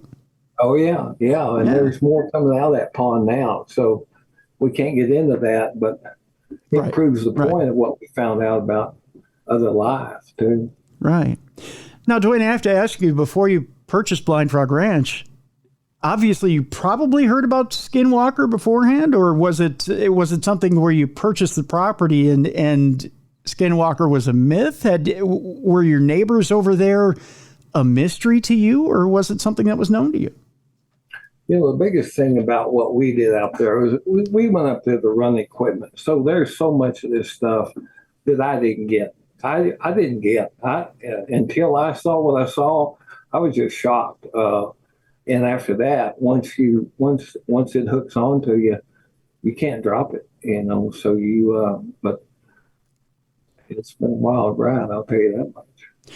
Chad, you had mentioned earlier you'd never seen a Skinwalker, but you'd also mentioned orbs. One of the other phenomena that's quite, I should say, prevalent in the area is spirits as well. Sometimes just spirits on the land or spirits in different buildings.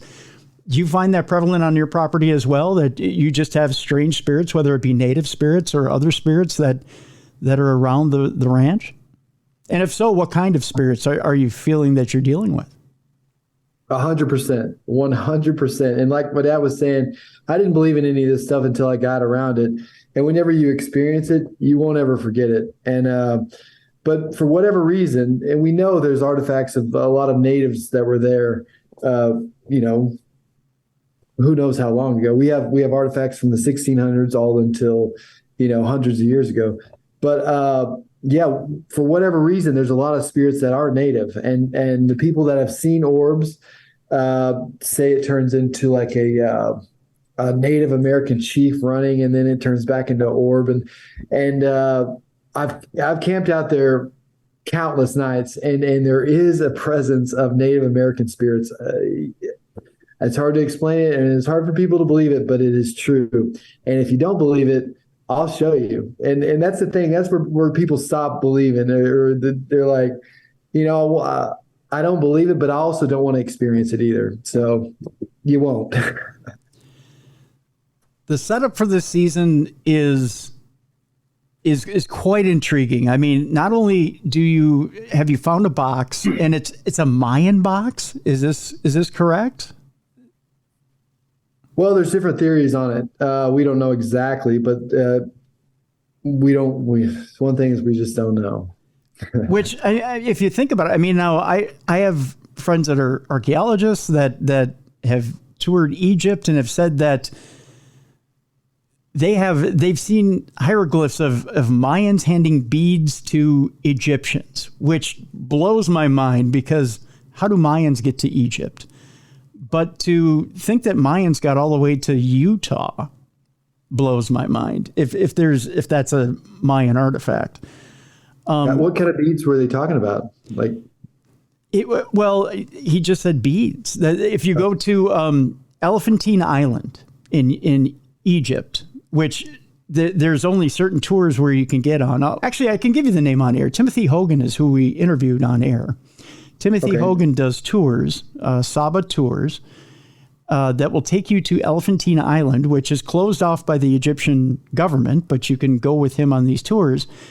And Elephantine Island was shut down by the Egyptian government because so many people were flocking to this island to see these hieroglyphs of a Mayan handing an Egyptian these beads, trading beads.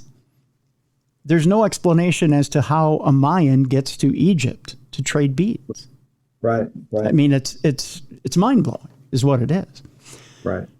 But to me, just thinking of how a Mayan gets thousands of miles to Utah, And the strange part is we have little beads up there that they had to have some kind of trading technique with the natives or the Spaniards or the Aztecs, and we have tons of them, and you can find them all over the place. Well, in certain areas, you dig down and you can sift through and find little bitty beads, and they're proven to be from the 1600s from Europe. So they had to travel all the way across to Mexico and then cruise all the way up to Utah. It's phenomenal how they did all this, horseback. It's wild. Yeah. Ships. Yeah. Or other means. I mean, I throw that out there. Yeah, exactly. Stuff we don't even know. Yeah, you're right. Right. So I throw that out there for question, shrug my shoulders, and I look at you gentlemen and say, we can only speculate. The other thing in our short time that I'd like to talk to you about is gallium and how you find this gallium and this metal, and what is its purpose, and what do you do with it? Tell me a little bit about it. And Duane, if you would, tell me a little bit about, first of all, how you find it and what's its purpose. So let me overemphasize the fact that we're dealing with about 9,600 feet of flooded caves. Mm-hmm. And we know that by satellite technology. Now, I'm going to talk a roundabout way, but there is so much more in those caves that's coming up with ionic bursts than anything like that. We're dealing with high-level precious metals, AU, AG, IR, all types of different things that you're going to find out that there has to be some type of reenactment of things that have already happened in this program and everything. So the best thing about this whole deal is we're nowhere close to coming up with any answers that will be complete for years. And we have people showing up right now that's bringing technology in that's unbelievable that we can't even imagine. It has a lot to do with quantum and everything. And so we just got a long ways to go as far as what we're finding out there in the whole 9 yards. And if you look up Jeremiah Davis and Don Nikoloff and all those guys, they were working, or I was working with them back in 09, 08, and you'll hear about what those guys were doing for us out there too, and where we hit the blue dirt, and that's where the blue aura came out of the ground, and the lightning strikes came out about 4 foot in the air. And in that area right now, we're dealing with that, and it just screws up everybody's equipment. So there is something wild going on out there, and we don't know truly what it is, but it seems to help people that have, kind of like a chronic pain or something, but we just don't know what else is going on. So season 3 will sure make you pull your hat down. And I know I talked in a roundabout circle, but there is so much going on out there. It's unreal. No, I know you perked my ears up when you said it helps with chronic pain. I think I'll be out there to see you guys soon. Come on. I got plenty going on where I could use some of that. Well, the show has been described as Gold Rush meets Ghost Adventures. I know that there's a lot going on out there. The last question I'll ask you before we leave you today, guys, because I know your time is precious today. The topic of aliens, and I'll leave it at this, and you can tell me whether we've pushed the envelope here or not. In your time there at Blind Frog, have you seen, I know there's been strange lights that have been seen in the sky in the Utah Basin. From your perspective, and I'll start with you, Duane, in your time at Utah Basin, in your time at Blind Frog, have you seen these strange lights? Better yet, have you seen craft up close and personal? And have you had experiences with something that you can't explain? Yeah, so sure. So once we talked about where we drilled those holes and went through that blue dirt, and that's where that blue aura came out. And then we went out there that night, the big sun or big moonlight type deal. And we were told not to go out there and real short. But whenever I went out there, I seen 9 total craft, and they were spheres, and they pulled up right above the mountain on me. Pulled up 3, 3, and 3. And once they parked, then they blew a fog around themselves. And we were told that they were coming. And I didn't have a clue what that meant. I didn't know who we were dealing with. I just knew we were doing a project and helping people out on where to drill and do things like that. But I saw 9 total craft on that property, and it would be from here to out there by the road. Say 100 yards at the most. It'd be even closer than that. But whenever they parked, they made no noise. And then they blow the fog around their deal like they were miniature clouds. And they sit there and let us look at them until it was time for us to leave that night, because they were our defense mechanism for what was going down. Wow. Do you feel like, Duane, did you feel like you were being threatened at that point, or do you feel like you were, let me just phrase it like that. Did you feel threatened? Did you feel like you were in danger, or did you feel like there could be an understanding between the two of you at that point? I felt very comfortable. Matter of fact, I had not 1 minute. I was excited, but there was another guy there out of Amarillo that he couldn't stand up. He was shaking and the whole deal. There was 3 of us there, and then Don Nikoloff, he was there, and he kind of got bent out of shape a little bit. But for me to see what I saw, it was just like, wow, I guess this is what I probably always thought. Chad, have you had what could be termed as a UFO or alien encounter while you've been there? Nothing like that. I haven't seen anything up close quite like that, which, I definitely want to, but see plenty of stuff. Just if you go out under the stars, you see all kinds of stuff zipping around and flashing and even like talking to each other, like kind of flashing at each other like bases. And it sounds crazy, but yeah. I haven't seen anything up close, and I haven't seen an alien that I know of. But definitely stuff moving around. And I'm a pilot, so I can tell airplane from anything else. And the way these things move is not like anything on that we have. All right. Well, we're looking forward to season 3, the beginning of season 3 tonight on Discovery Channel. 10 p.m. Eastern time is when you can check it out. And of course, if you can't check it out live, you can check it out, I believe, on Max is where it's streaming, correct? I think so. Yeah. Yeah. All right. So we look forward to it, gentlemen. Duane, Chad, thank you so much for joining us today on Darkness Radio. Thanks, Tim. All right. Thank you. So there you go, Bruiser. That's a little bit of what we can expect, and a little bit of what's going on over there at Blind Frog Ranch. I'm excited for the season itself. And I'll tell you. I am too. I have it on good authority. I won't say from where, but I have it on good authority that the stuff happening over there at Blind Frog Ranch, just a little bit scarier than what's going on at Skinwalker. Really? Okay. Yeah. And that there happens to be a certain governmental division that's interested in Blind Frog. Oh, okay. Gonna shoot some arrows over there? Can't say. But I'm just saying that there's been a lot of interest in Blind Frog Ranch. And actually, Blind Frog has been, it's been the focus of a few UFO conferences. Yeah, I was going to say conferences and documentaries. Yeah. They've been very giving. They've let people come over to the ranch to actually see what's going on. Skinwalker's been... They're not as closed off as Skinwalker. Right. Like, Skinwalker is getting in there is like pulling teeth. Well, it's very controlled. It is. Skinwalker, for lack of a better term, now is an experiment.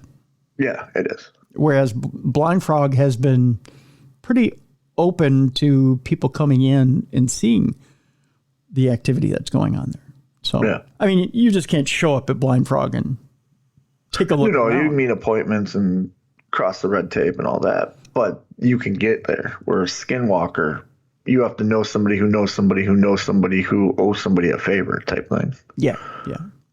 So it's and you can get into organized activities over at Blind Frog and see what's going on. But the show itself is a very good representation of what's going on over at Blind Frog. So yeah, very interesting stuff, folks. You can actually check it out tonight. Mystery at Blind Frog Ranch premieres tonight. 10 p.m. Eastern and Pacific. Check your local listings, though. Yes. In your area on Discovery. And then it'll be on Discovery Plus, too, right? It will be. Discovery Plus or Max, I believe. Oh, okay. But they're on one of the two. Yeah. Check I forgot they're merging.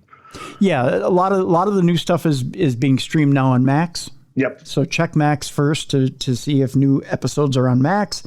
Otherwise, check Discovery Plus. But for the streaming episode of it. But otherwise, you can watch it live. New episodes live on Wednesdays on Discovery Channel. Perfect. So there you go. Let's move on.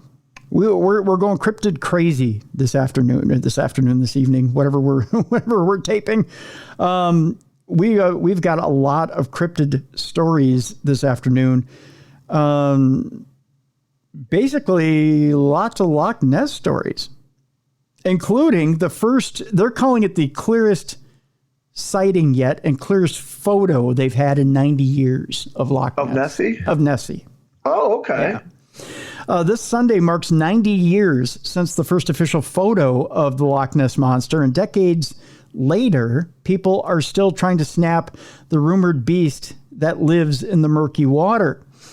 It seems that the Scottish folklore tale of the Loch Ness Monster has been around forever, but the first known photo of the beast was only 90 years ago today, published in the Inverness Courier, where it was described as a large beast or whale-like fish rolling around in the water.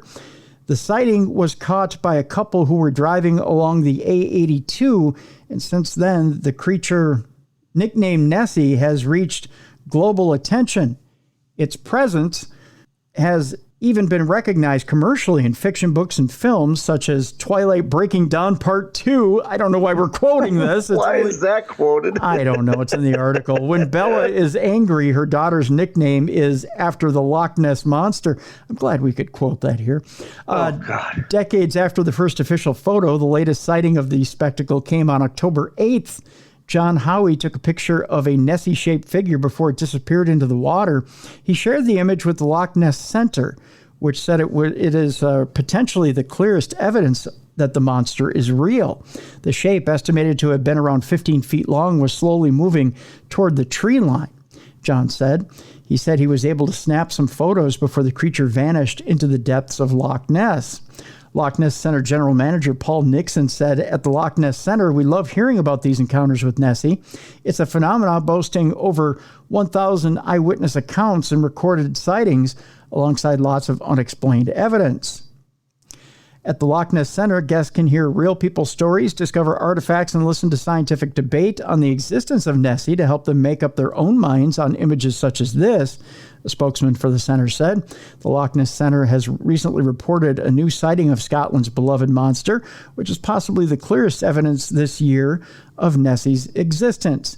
Captured on Sunday, October 8th at around 5 p.m., John Howie spotted something mysterious in the loch, moving slowly toward the tree line before it disappeared, and estimates to be around 12 to 15 feet long.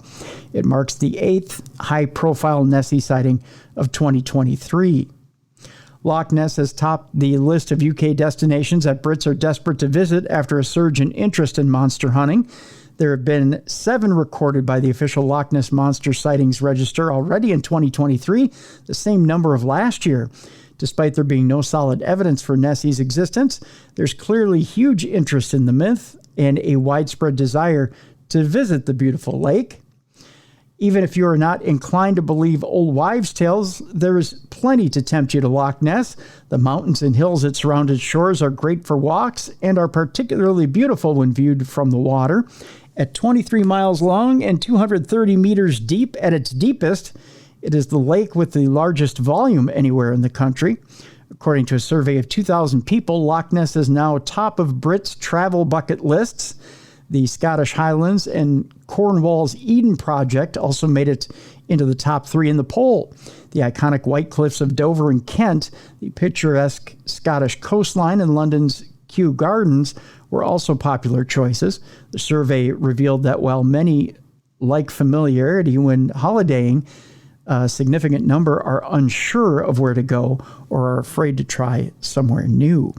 I'm going to show you this picture here, Bruiser. I'm going to try and, if I got it to a point where you can see it. Is that clear enough for you? When I don't think it's clear enough for me. It still could be a log. Okay. All right. or a wave, Yep. a log and a wave. Okay. But it's a clear picture. Yeah, it's pretty clear. And you're right. It could be a log or a wave, but it looks pretty. I mean, that's a cute little baby Nessie I've ever seen. Yeah. Which after 90 years, there's got to be numerous of them. That's true. That's true. Let's see here. Our next story, I'm trying to figure out which one we want to go with first. Okay. So here we go. This is where we get to we're going to bring up the music here. Oh, yeah. See? Oh, yeah. Now, if it's only a 12 to 15 foot Nessie, that means it's a baby Nessie. Oh, yeah. And if we're making baby Nessies, that means Nessie mating season. Nessie mating season had to happen. Oh, yeah. Sometime in the spring.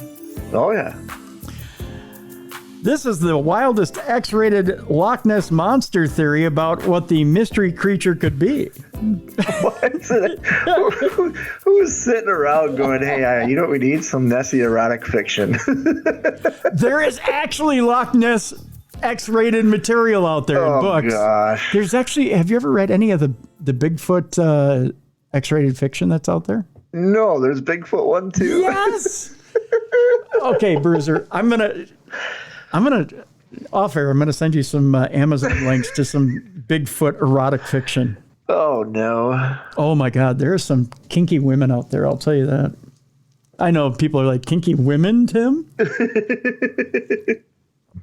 If there are kinky women out there, how did you come across it? I'm just saying, I got to do research for this show. Yeah. And I run into a lot of crap out there. A lot of kinky Bigfoot stuff. But there are a lot of women who have big, hairy fantasies, if you know what I mean. And there's a lot of people who have Loch Ness fantasies. Oh, okay. Talking about slithering around in the water with a big, you know what I mean? You know what I'm saying? Yeah, it's out there. It's like a Harlequin romance with Bigfoot. Oh, gosh. Yeah. I'm telling you, my friend. There's all right. Okay. Yeah. Okay. We'll move on. To each their own. Yeah. No, I know. Hey, get your freak on. That's all I got to say. Yeah. Do what you do when you do what you do when you do what you did to me. I think it was. If Nessie does it for you, good job. That's right. If good old Bigfoot does it for you, hey, good job. I think that was Jermaine Jackson who said that. Do what you do when you did what you did to me. That's what we're saying here. Okay. Sure. The headline says here, we've lived with the possibility of the Loch Ness Monster roaming the Scottish lakes for 90 years, but here's one X-rated theory that could prove what the sea creature could actually be. What it could actually, okay, so we're going X-rated to find out what it could actually be instead of it being a dinosaur. I have to remind myself my mother listens to this show. Today marks the 90th anniversary of the first official, well, not today, but when this was written. Actually, this was written a couple days ago, so it's, yeah. Today marks the 90th anniversary of the first official sighting of the folklore Loch Ness Monster, unless it's real and it's really getting it on, if you know what I mean. Which is said to be lurking in the deep lake of the north of Edinburgh in Scotland that reaches over 700 feet deep.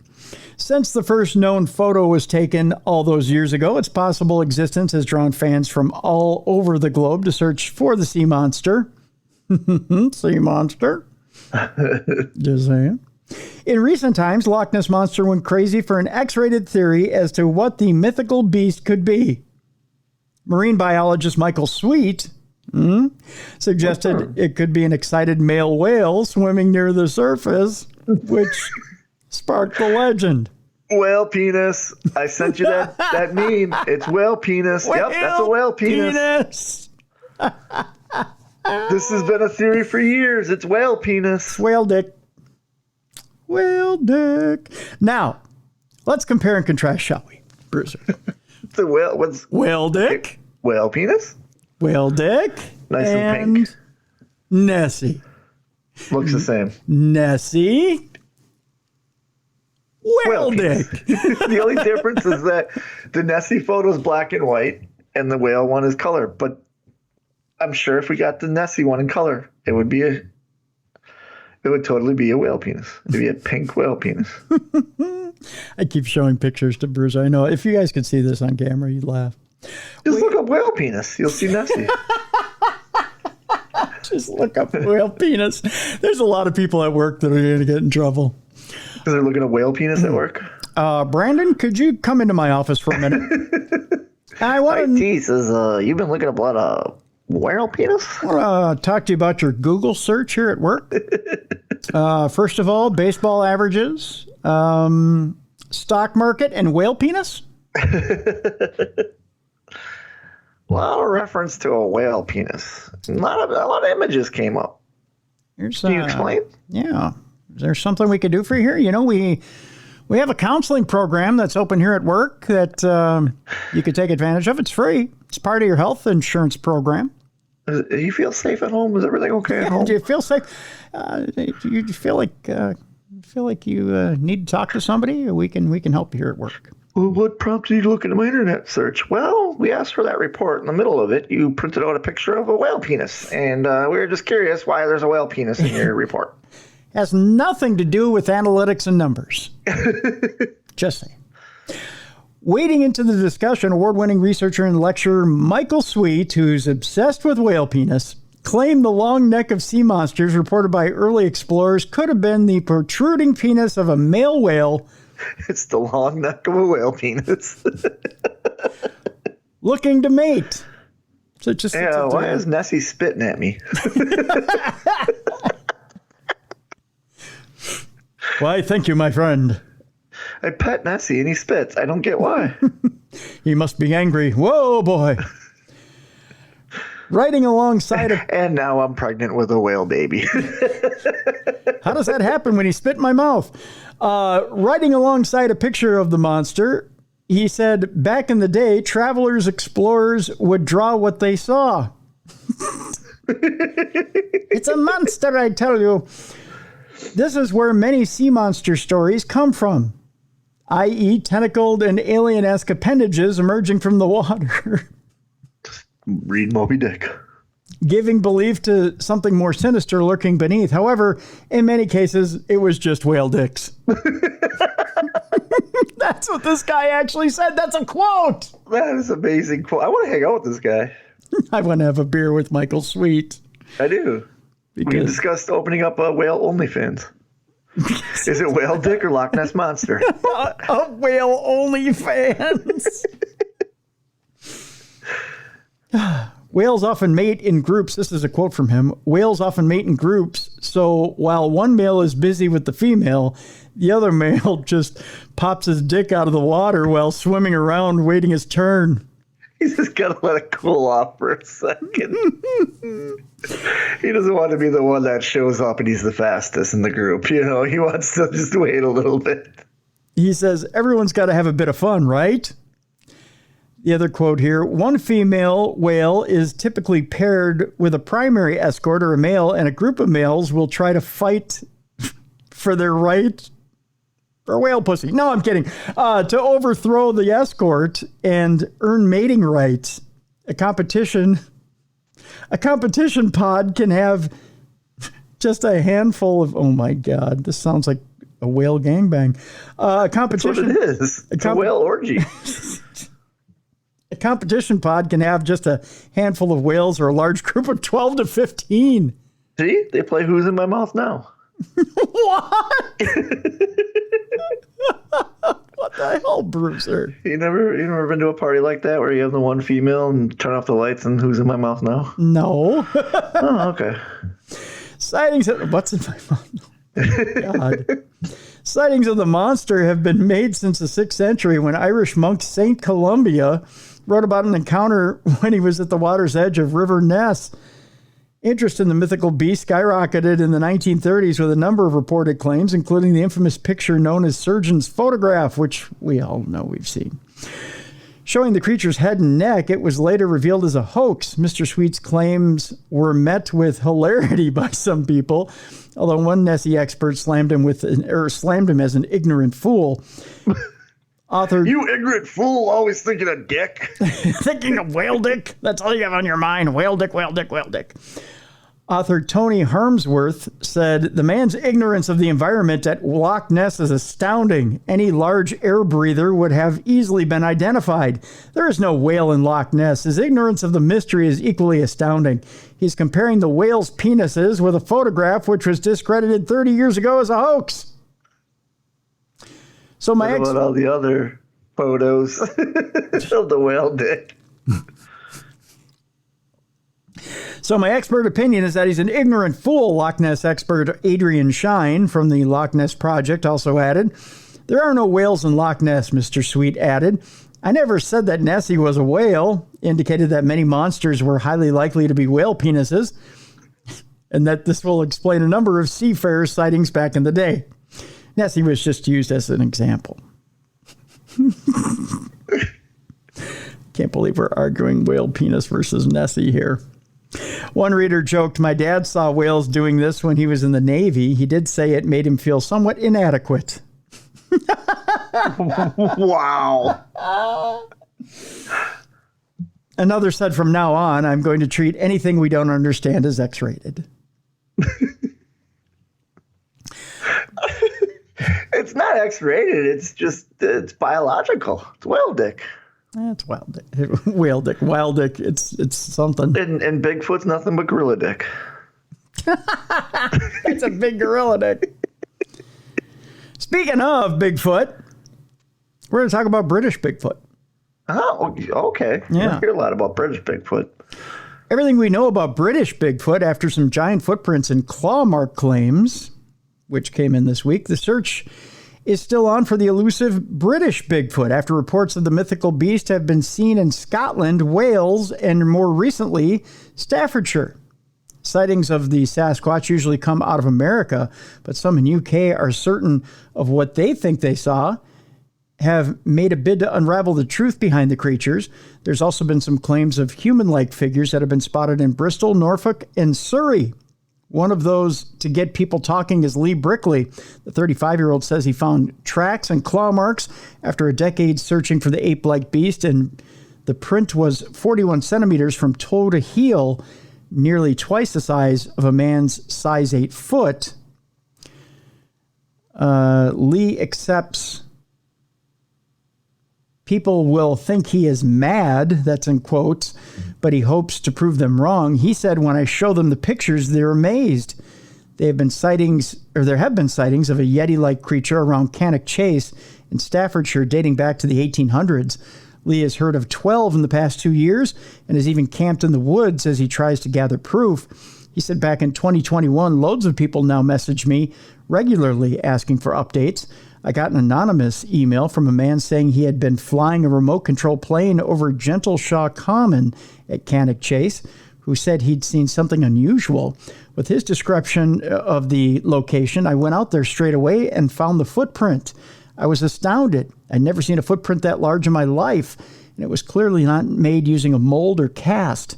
That is probably the moment I realized the Cannock Chase Bigfoot was more than just a myth. A month later, Lee found the claw marks on a tree near a mutilated deer. He said some finds left him spooked and explained it looked as though something had bitten and then ripped out its throat before eating from the torso. You see a lot of dead deer on Cannock Chase. Often they've been hit by cars, but it was unusual to see one in that condition. Lee claims he caught a glimpse of Bigfoot once while researching for his book. He went, I can't say for sure what it was, and it was around 7 p.m. and getting dark, and the figure was covered in shadow. It definitely moved more like an animal than a man, and it was easily 7 feet tall. I tried to run after it, but it was too quick and disappeared into a dense section of trees. Lee has been fascinated with Bigfoot ever since he was a child. He said, I remember watching Bigfoot documentaries with my dad when I was young. All the famous sightings were in America, so when I was a bit older, I started researching any UK sightings I could find. I just kept going from there, and here I am. Lee has published multiple books on supernatural occurrences in Cannock Chase, including his most recent book on Bigfoot.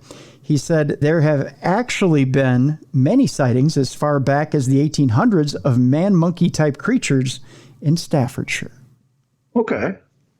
Interesting. Yeah, you don't hear a lot of UK Bigfoot experiences. So it's cool that he's opening it up. Yeah, very much so. Very much so. Hopefully the UK come out and tell us where they've seen them. Absolutely. A monster hunter is claiming that he has real footage of Bigfoot and all other videos are fake. That's a pretty bold claim. A bold statement. Yeah. Stacy Brown Jr. has captured footage on his thermal camera in Torreya State Park in Florida that he says finally provides conclusive proof of the elusive creature's existence. Now, Stacy Brown Jr. from Florida has been looking for the beast for more than 10 years after his dedicated dad, the late Stacy Brown Sr., sold his boat to buy a thermal camera to help the search. The high-tech equipment came in useful during a trip to Torreya State Park in Florida in May of 2012 after it captured a huge man-shaped figure in between the trees. Stacy, who runs the Instagram account Bigfoot Stacy, Stacy, look it up, says his terrified dad quickly realized that it wasn't just a raccoon and packed up their things before the mysterious figure chased them all the way up the hill and back to their truck. Although Stacy admits that most Bigfoot footage is fake, he insists that his proof is the real deal. Because he says so. That's right. He told the Daily Star, "We're cooking some ribs, I believe, and we heard a knock. And I told my dad, hey, that sounds like them. They probably are in the area." Another knock happened and another knock. My dad goes, "All right, hey, if another one happens, we'll go out of here and look for them." And as soon as he says that, there was a grunt before the knock. Interesting. We cranked the music up on the radio, headed out, and as we approached it, we heard something run down this ridge. So we stopped, and my dad initially thought it was a raccoon on the side of a tree that he was looking at. Then he thought it was two raccoons because it was sticking out of both sides of the tree. It took off across the gap, and he flipped out. He was like, "Get your gun, get your gun." He's a retired Army Ranger, and I ain't seen my dad shook like that. Okay. Yeah. It was only when he saw the footage himself that Stacy realized that the animal had been a Bigfoot-like creature. He admitted his own footage was hard to believe at first, but he claims it is compelling because of the investigative evidence that followed. Cliff Barackman from Finding Bigfoot determined the mysterious animal had a shoulder width of between 41 to 42 inches, that it had crossed a distance of 4 feet, 8 inches, with the step it made, and that it was, that's a big step, and that it was around 8 foot tall. Wow. Yeah. So there you go. So throw away your evidence. It's no good here. Because this guy says so. Yeah, this guy says. One more Monster Hunter story for you is we're cryptid crazy this afternoon. Okay. All right. A monster hunter shares how he knows Nessie is alive, but says Bigfoot is extinct. So whale dicks are well and good, but yes. Apes aren't. Gotcha. So we're crossing the streams here between Nessie and Bigfoot. Elusive creature expert Andy McGrath has concluded a 6-year search for the woodwoose? What is that? Woodwoose? Woodwoose? Woodwoose? What's a woodwoose? I don't know. Which he now believes is extinct after finding scant evidence of the creature. Let's find out. Yeah. A monster hunter believes that the British Bigfoot is extinct, but he thinks that the Loch Ness Monster could still be alive. After a 6-year search for the woodwoose, it must be woodwoose. That must be what they call it in England. Wow, we're getting a lot of UK stuff, so they must call it a woodwoose over there. I think so. Andy McGrath has found little evidence of its existence, otherwise known as the wild man. The bipedal, muscular, and hairy beast appears to have dropped from the face of the UK permanently. Mr. McGrath has since confirmed a sad conclusion on the beast's existence. I probably ran out of tea and crumpets, I'm guessing. He said, after 6 years of searching the length and breadth of the country for this creature, I have found scant evidence that it still exists in our land. He added, undoubtedly, there are more than a few eyewitness reports, but these are notoriously lacking in attribution, often being second or even third-hand reports, and too often emanate from sources who have skin in the game or at least something to gain from the legend. My sad conclusion is that even those 12th century carvings that feature so prominently upon the holy houses of Europe are themselves a form of inherited folklore, a memorial in cloth and stone to the stories of a bygone era.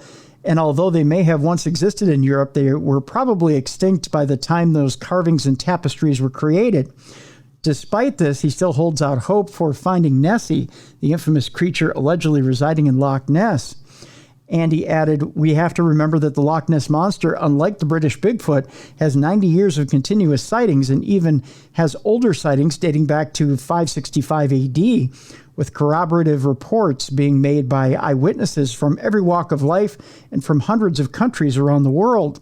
Whereas the British Bigfoot is a feature of the High Middle Ages and disappeared from our histories until the advent of Yeti mania.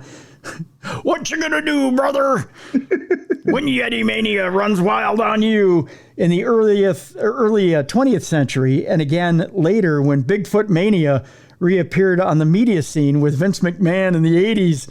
I'm kidding. Yeti mania came and then he turned heel and joined the Bigfoot World Order. That's right. That's what happened back in WCW.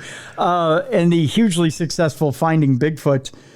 Earlier this year, a large search for Nessie was conducted by a team of experts, and it resulted in a few alleged close sightings. There have been 9 recorded by the official Loch Ness Monster sightings register already in 2023. Same numbers last year, but that is far fewer than half of 2021's total, and is all down to a tightening of the rules and not because people no longer think the legend is swimming in the deep. There you go. So that's that. We got one more story, I believe, here. But first, Ziggy's picks. We got to talk Ziggy's picks. Interesting week. Very interesting week. Very interesting week. Ziggy's on the rise. Oh, yeah. Yeah, Ziggy's on the rise here. She had a comeback week, that's for sure. Comeback week for Ziggy. Talia, not so much. Yeah, Talia fell off. But Ziggy chose the Browns over the Ravens, and I swear that was going to be the worst pick she ever made. And then all of a sudden I watched the game, and I'm like, how is this happening? Yeah. How are the Browns coming back like this and winning? And I looked at Ziggy, I'm like, you son of a gun. Now, we still have, as we're taping here, because we're taping on Monday. Yes. We still have the Monday night game. That's right. We still have the Monday night game, but 8-5 so far, if I tallied this right. 8-5 for Ziggy. For Talia, 1-2, 1-3, 2-3, 2-5, 3-5, 4-5, 5-5, 5-6, 5-7. 5-7, 6-7. So 6-7 for Talia. Yeah, I'm fighting with Talia. She's just not as into it as Ziggy is. She just kind of looks at us, whatever. Yeah. So maybe we need to. I need to send some treats down. I think I'll send some different treats down, and we'll shake it up a little bit and get them a little more skin in the game here, so to speak. By the way, do they like pig's ears? Have they ever had pig's ears? We don't give them pig's ears. Would you like me to send some down, or is it something where you don't want them to have them? We just don't give them the pig's ears. Oh. We give them other treats and stuff like that. Okay. Which was funny because the other day we switched. Their latest has been like roast beef flavored treats. Okay. And I switched it to banana yesterday, and Ziggy caught it, spit it out, and looked up at me like, what the hell? And then she ate it, but she was expecting the roast beef. Oh, okay. Flavor, and got the banana flavor instead. It was so funny how she caught it, put it down like a little kid would, and looked right up at me. It's like, well. Oh, that's cute. That's cute. Bruiser 9-4. 9-4 going into tonight's game. Impressive week, my friend. Yeah. I had did my research. You did. Yeah. Again, that Browns game killed me. I thought the Ravens had it. I'm on a hot streak lately. Yeah, you are. I had 3 losses so far going into tonight's game with the Bills and Broncos. So I'm 10-3 going into tonight's game. Mine's just luck. I'll fall off. I always, every season I get like 3 weeks where I'm red hot, and I convince myself I should go to Vegas and gamble. Yeah. And then I fall off, and I just have the worst week ever. I took it today as it's not teams I like. I have to look at, because I'm a Packers fan, but they're not beating the Steelers. Jordan Love's not ready to beat the Steelers yet. Right. And I thought they were going to pull it off, but they didn't. The Steelers are they're a weird team right now. Yeah, they're winning by just a point every game. Yeah, they are. They're being. I saw something today where they're the team where the other team gains more yards than them, but they still win the game. Yeah, they're a scrappy team. Yeah, they're a scrappy team that you can't count out. The other team you can't count out, the Texans. Yeah, where C.J. Stroud came out of nowhere to beat the Bengals. That is another one that I didn't think was going to happen. Right. I thought the Bengals would have that game pretty easily. Yeah, and C.J. Stroud said, no, hold my beer. Yeah. And that kid, man, he's a future MVP. He is. He's a future Patrick Mahomes. He's something special. He really is. Yeah, he is. And boy, oh boy, if you're Bill Belichick right now, you're banging your head against the wall, wondering what the hell you're doing. Do you resign early or do you try to ride out the season? Because his legacy is being tarnished big time right now. There's no hope. Mac Jones is not Tom Brady, and he's proven it. Well, the fact that Bill O'Brien is chewing his ass on the sideline, and Mac Jones, God love him, he's trying to be classy. He's giving everybody a dap on the sideline. Go get him. Bailey Zappi's coming in. You know Bailey Zappi's not the answer. Yeah. You know. And you know that the minute he comes in that game, you know it's lost. Yeah.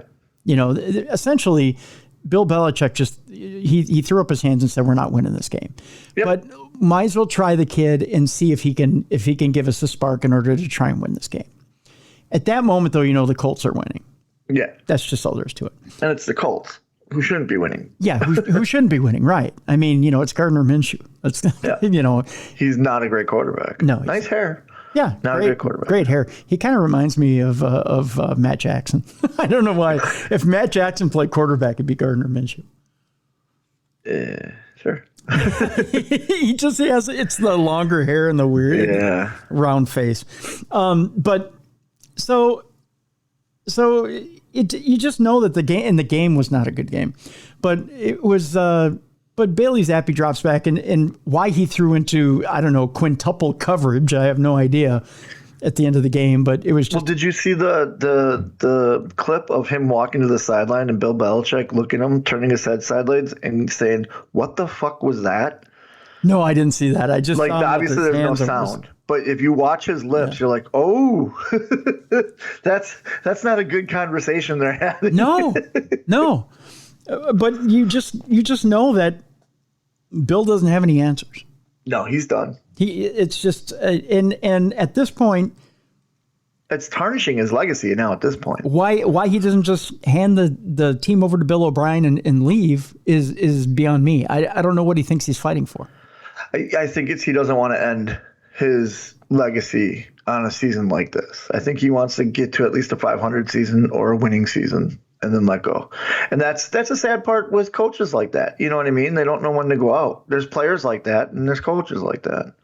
Yeah, he just doesn't have it. And you know the Patriots are not firing him. You know what I mean? He means too much to that organization. Oh, I don't know. I think he's let go. You think he'll give his walking orders, huh? Yep. If he doesn't resign at the end of the season, I think Kraft fires him. Okay. Yeah, I think Kraft will just. I think he goes someplace else then to coach. I don't think he ends his legacy on this. But where? Who's going to want him? That's the question: is where? I think he's already proven that. I think the Raiders will keep the guy they have right now because he's a really good coach for that team. Yeah, Antonio Pierce isn't going anywhere. Yeah, he's got himself a full-time job. Yeah, Antonio Pierce isn't going anywhere. Maybe the Panthers fire Frank Reich. I don't know. Yeah, I don't think. Which this goes along with Ziggy Picks. They've organized a protest to march down to the Make America Field and protest that we want the Carolinas want a winning team. What? So there's a protest being organized. Never seen it. Now you got to remember, I grew up in Packer country where their worst years were still winning years. You know, this is the worst they've been since Favre. You know, they need to relax. Who, the Packers or the Panthers? The Panthers. No, Bryce Young is terrible, horrible. Well, it's because they started a rookie. Yeah, he's terrible. And they keep saying he's the face of the future, face of the future. He's the shits. Put Andy Dalton in there and let him win a couple games. It's because he has nobody to study behind. Exactly. I mean, they ruined a great prospect. Yeah. He's not. The reason he's not C.J. Stroud is because they haven't allowed Frank Reich to coach him. I mean, it's a tire fire. Yeah. Yeah, Frank Reich was a quarterback's coach. That's what people are forgetting. He was a quarterback's coach. Yeah. But he's trying to do too much. I mean, let's face it, there's not a ton of talent there in Carolina. Nope. You know, and they want him to do too many things. We want you to run with the ball. We want you to throw the ball. We want you to do this. And you've got one receiver. Yeah, Thielen, and that's it. Hubbard's not a good back. The line sucks. Exactly. So what is this kid supposed to do? Not be shitty, because he is shitty. Well, but it's just too much, you know. And when you played it, he played at Ohio State? Yeah, he was a starting quarterback for Ohio State. Or was it Alabama? Was it Ohio State or Alabama? I think it was Ohio State. Yeah. Yeah. And so when you play at Ohio State, you've got a program around you. You've got guys who can block. You've got running backs. You've got receivers. He had Marvin Harrison Jr. Yeah, he's got nothing now, and he shows it. And he when he does have time, he doesn't. He throws it too quickly, and when he doesn't have time, he doesn't throw it, and it's in his head. He has to have 2 or 3 series that go just in his favor, or he's in his head the whole game. Well, and that's the thing. He doesn't know who to line up behind. He lets his nerves get to him. He lines up behind the wrong person. He calls the wrong audibles. He's not a good quarterback. He's in his own head. That's the thing. He should not have started this year. That's right. He shouldn't have. And that was a bad decision by management. Yeah. That he shouldn't be. He shouldn't be. Right. And you're right. Yeah, the Packers did the best they could with Love. Yeah, and the Packers, Love will get better. Like, the Packers will get better. They keep saying they're a young team, which they are. But once you calm Love down and he starts making the throws he can make, he's going to be a good quarterback. He just doesn't make the throws he has to make right now because he doesn't like to get hit.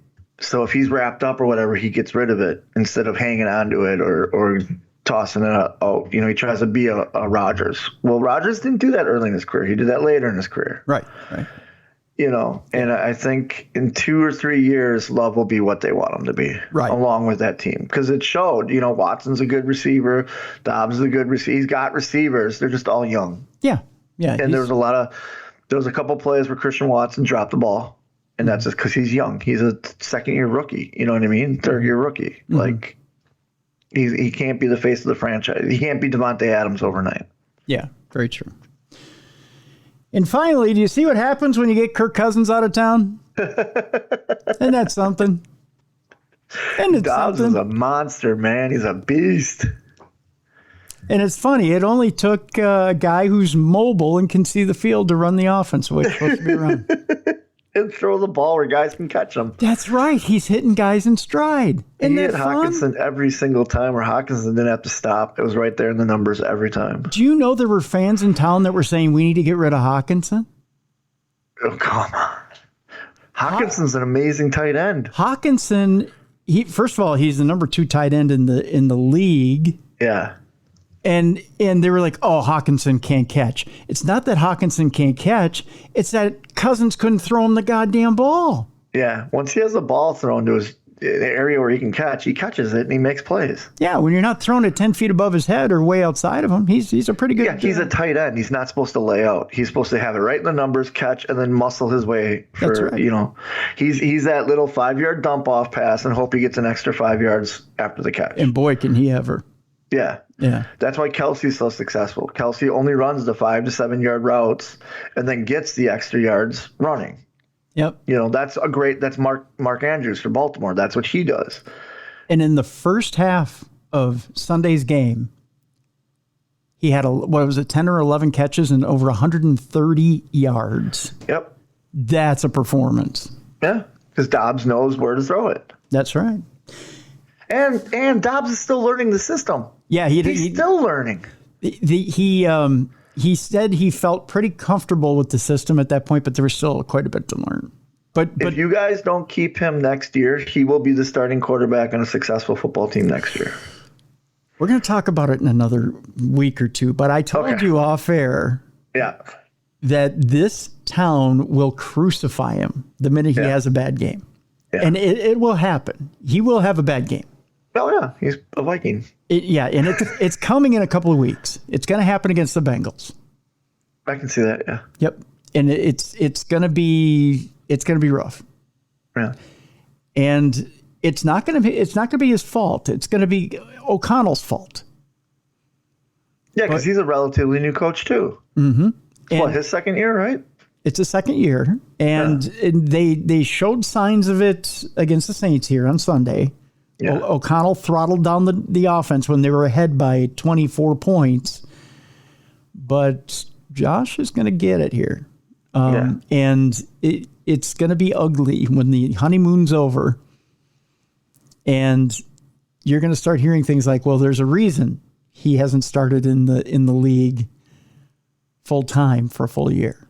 But he will next year. He'll be a full-time quarterback somewhere starting. And he'll be successful. I'm calling it now. If you guys don't keep him. He's got the perfect situation. Now, see, we screwed this up before, and you're going to laugh when I tell you this, but and I'm trying to remember the Minnesota Miracle quarterback who took us to the championship. He's in Houston now. He's a third stringer. But we screwed him up. We didn't keep him, and we took Cousins instead. Fact of the matter is we make the mistake of not riding the hot hand or keeping the hot hand. The chemistry is perfect right now to keep Josh Dobbs and to keep him in there. He's exactly what this offense needs. But you have Kirk Cousins. Do you see that commercial, by the way, the Netflix commercial? The owner has a hard on for Cousins. What's that? The Netflix commercial where the Packers fan comes over and goes, all right, Packers, Vikings, let's watch this. And he walks in the room and he's like, why is everybody wearing Kirk Cousins jerseys? And they're like, oh, we just watched the Netflix show. I haven't seen that. It's him reading the book to his kid. And the guy's like, we don't care about the Vikings, but Kirk Cousins is such a nice guy. Oh, no, I haven't seen that. So hard. I would throw my TV if I saw that. Oh. It doesn't matter. It doesn't matter. It doesn't matter. I'm telling you right now, his stock is dropping. Oh, yeah, especially with Dobbs doing so well. His stock is dropping because every GM in the league has now seen how easy that offense is to run. Yeah. And how hard it was for him to put it in the end zone. Yep. It's just that simple. Hopefully he retires. Oh, he won't retire. No. He's got another couple of years left. Nope. So a listener hit me up this weekend and asked me, well, how many teams do you think he's only got two teams that are going to want him? I said, no, there's probably 4 or 5. He said San Francisco and maybe the Vikings. So no. There's probably San Francisco has Purdy. They're not getting rid of Purdy. I think Shanahan. They're going to work with the kid. Shanahan has a hard on for Cousins. But he's not replacing Purdy. I'm telling you right now, he's not replacing Purdy. Purdy's too good for that offense. I think they would keep Purdy as a backup. I don't think so. I think they bring Cousins. If they get Cousins, they keep him as a backup. Anything short of the Super Bowl, I think. I disagree. Purdy becomes a second option. Disagree. Especially if they can get Cousins. They were ready to bench Purdy this year in order to get Cousins. I know, but after the year that Purdy's having is another great year, and he's a good kid. If they bring Cousins in, it's to bench Cousins and mentor Purdy. I don't know, man. I think there's 4 or 5 teams that I think Arizona might take them. Oh yeah, Arizona's one. Yeah. But we can. The Raiders might take them. There's plenty of ways you can go. That's sports talk. Yeah, that's sports talk. We can talk later about that. Anyways, so we got one more story here, and then we're done today.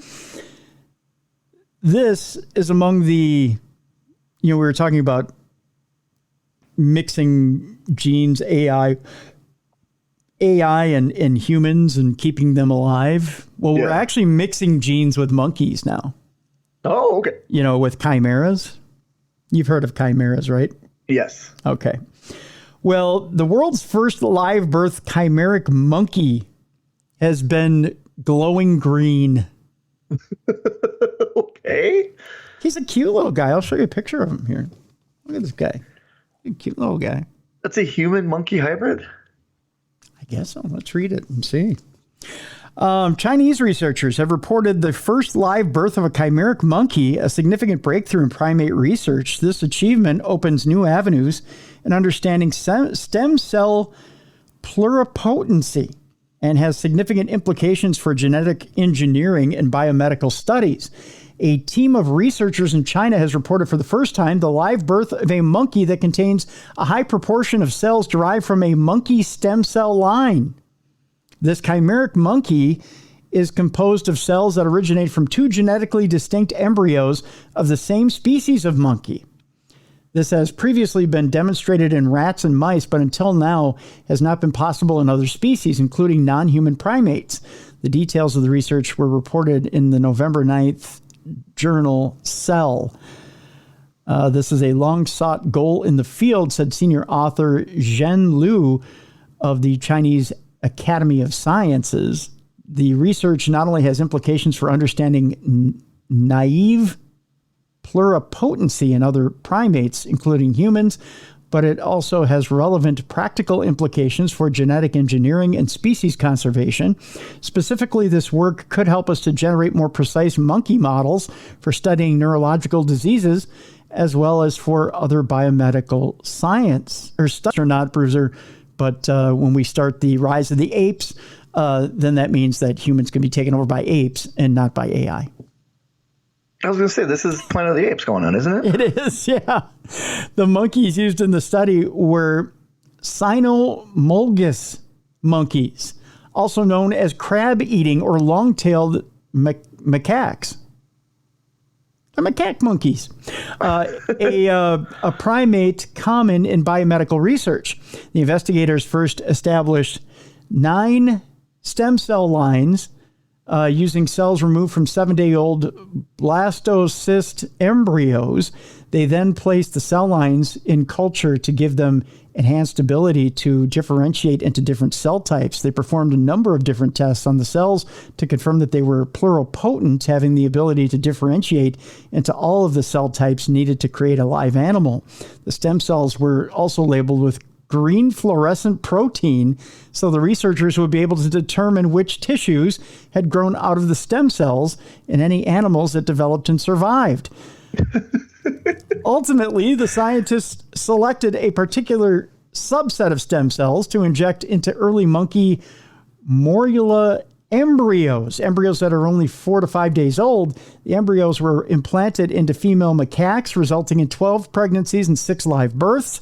An analysis confirmed that one monkey was born alive and one fetus that was miscarried were substantially chimeric, containing cells that grew out of the stem cells throughout their bodies. Both were male. The investigators used the green fluorescent protein label to determine which tissues contain cells derived from the injected stem cells.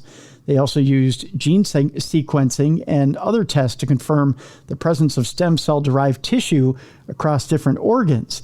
The tissue types that they tested contained the stem cell-derived cells included the brain, heart, kidney, liver, and gastrointestinal tract.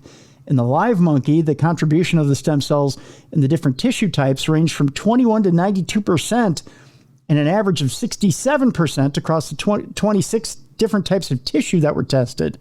The numbers were lower in the monkey fetus. In both animals, they also confirmed the presence of stem cell-derived cells in the testes. That's right, green testes. Happy St. Patrick's Day. So basically, you'd be passed on. It's in their sperm. That's right. And in the cells that eventually develop into sperm cells. There you go. Yep. It's their sperm, yep. So they've got green jizz. So happy St. Patty's Day. Here's a face full of green monkey jizz. And that's how we end today's Supernatural News with a bunch of green monkey jizz. Green monkey jizz everywhere. You get green monkey jizz and you get green monkey jizz. There you go. So that'll do it for today for Supernatural News. Yes. Very cool. There you go. So, Bruiser, Very cool. what you got going on this weekend? Like I said, going to a wedding of two dear close friends. Delirious and Mandy Leon are getting married, so I'll be able to see my Ring of Honor brethren. It'll be a lot of fun to catch up. And then back to getting in ring shape for WrestleCade weekend, November 25th. There you 24th to the 26th, 25th and 26th, I'm wrestling. So There you go. I'll be up at KNSI Radio, KNSIRadio.com, Saturday from 7 a.m. to 9 a.m. You can hear me do such things as weather forecasts and sportscasts and, I don't know, features. If you want somebody to keep you company on Saturday morning as you're doing your chores. So there you go. That's what I'll be doing. Tomorrow on the big show, Jeff Belanger will be with us. We'll be talking about Krampus. He has a new book on Krampus. We'll be discussing that. And I'll be hopefully reviewing the new Thanksgiving movie. Oh, okay. Yeah, so that'll be tomorrow. Well, happy Thanksgiving. Oh, not in this movie, my friend. No, it's a slasher flick. Yeah, it is. I believe it's Eli Roth's movie. Yeah, I'm not a big fan of him, but this movie's intriguing me. Yeah, so there you go. So that'll do it for today. Again, folks, want to thank you so much for listening to the big program, and we want to encourage you to keep listening to the program on a timely basis. Make sure once you get this in your queue, you listen to it within 2 weeks. We know you like to binge the programs, but make sure that you're cycling through these programs within a 2-week time frame. So then that way we get credit for it, our advertisers get credit for it, and just so we get credit for it. There you go. There we go. There you go. All right, folks, we'll see you tomorrow for Jeff Belanger and Krampus. We'll be talking about beating kids with a stick here on the big program. Thanks for listening. For Beer City Bruiser, I'm Tim Dennis. Thank you so much for listening to the best in paranormal podcasting. This is Darkness Right.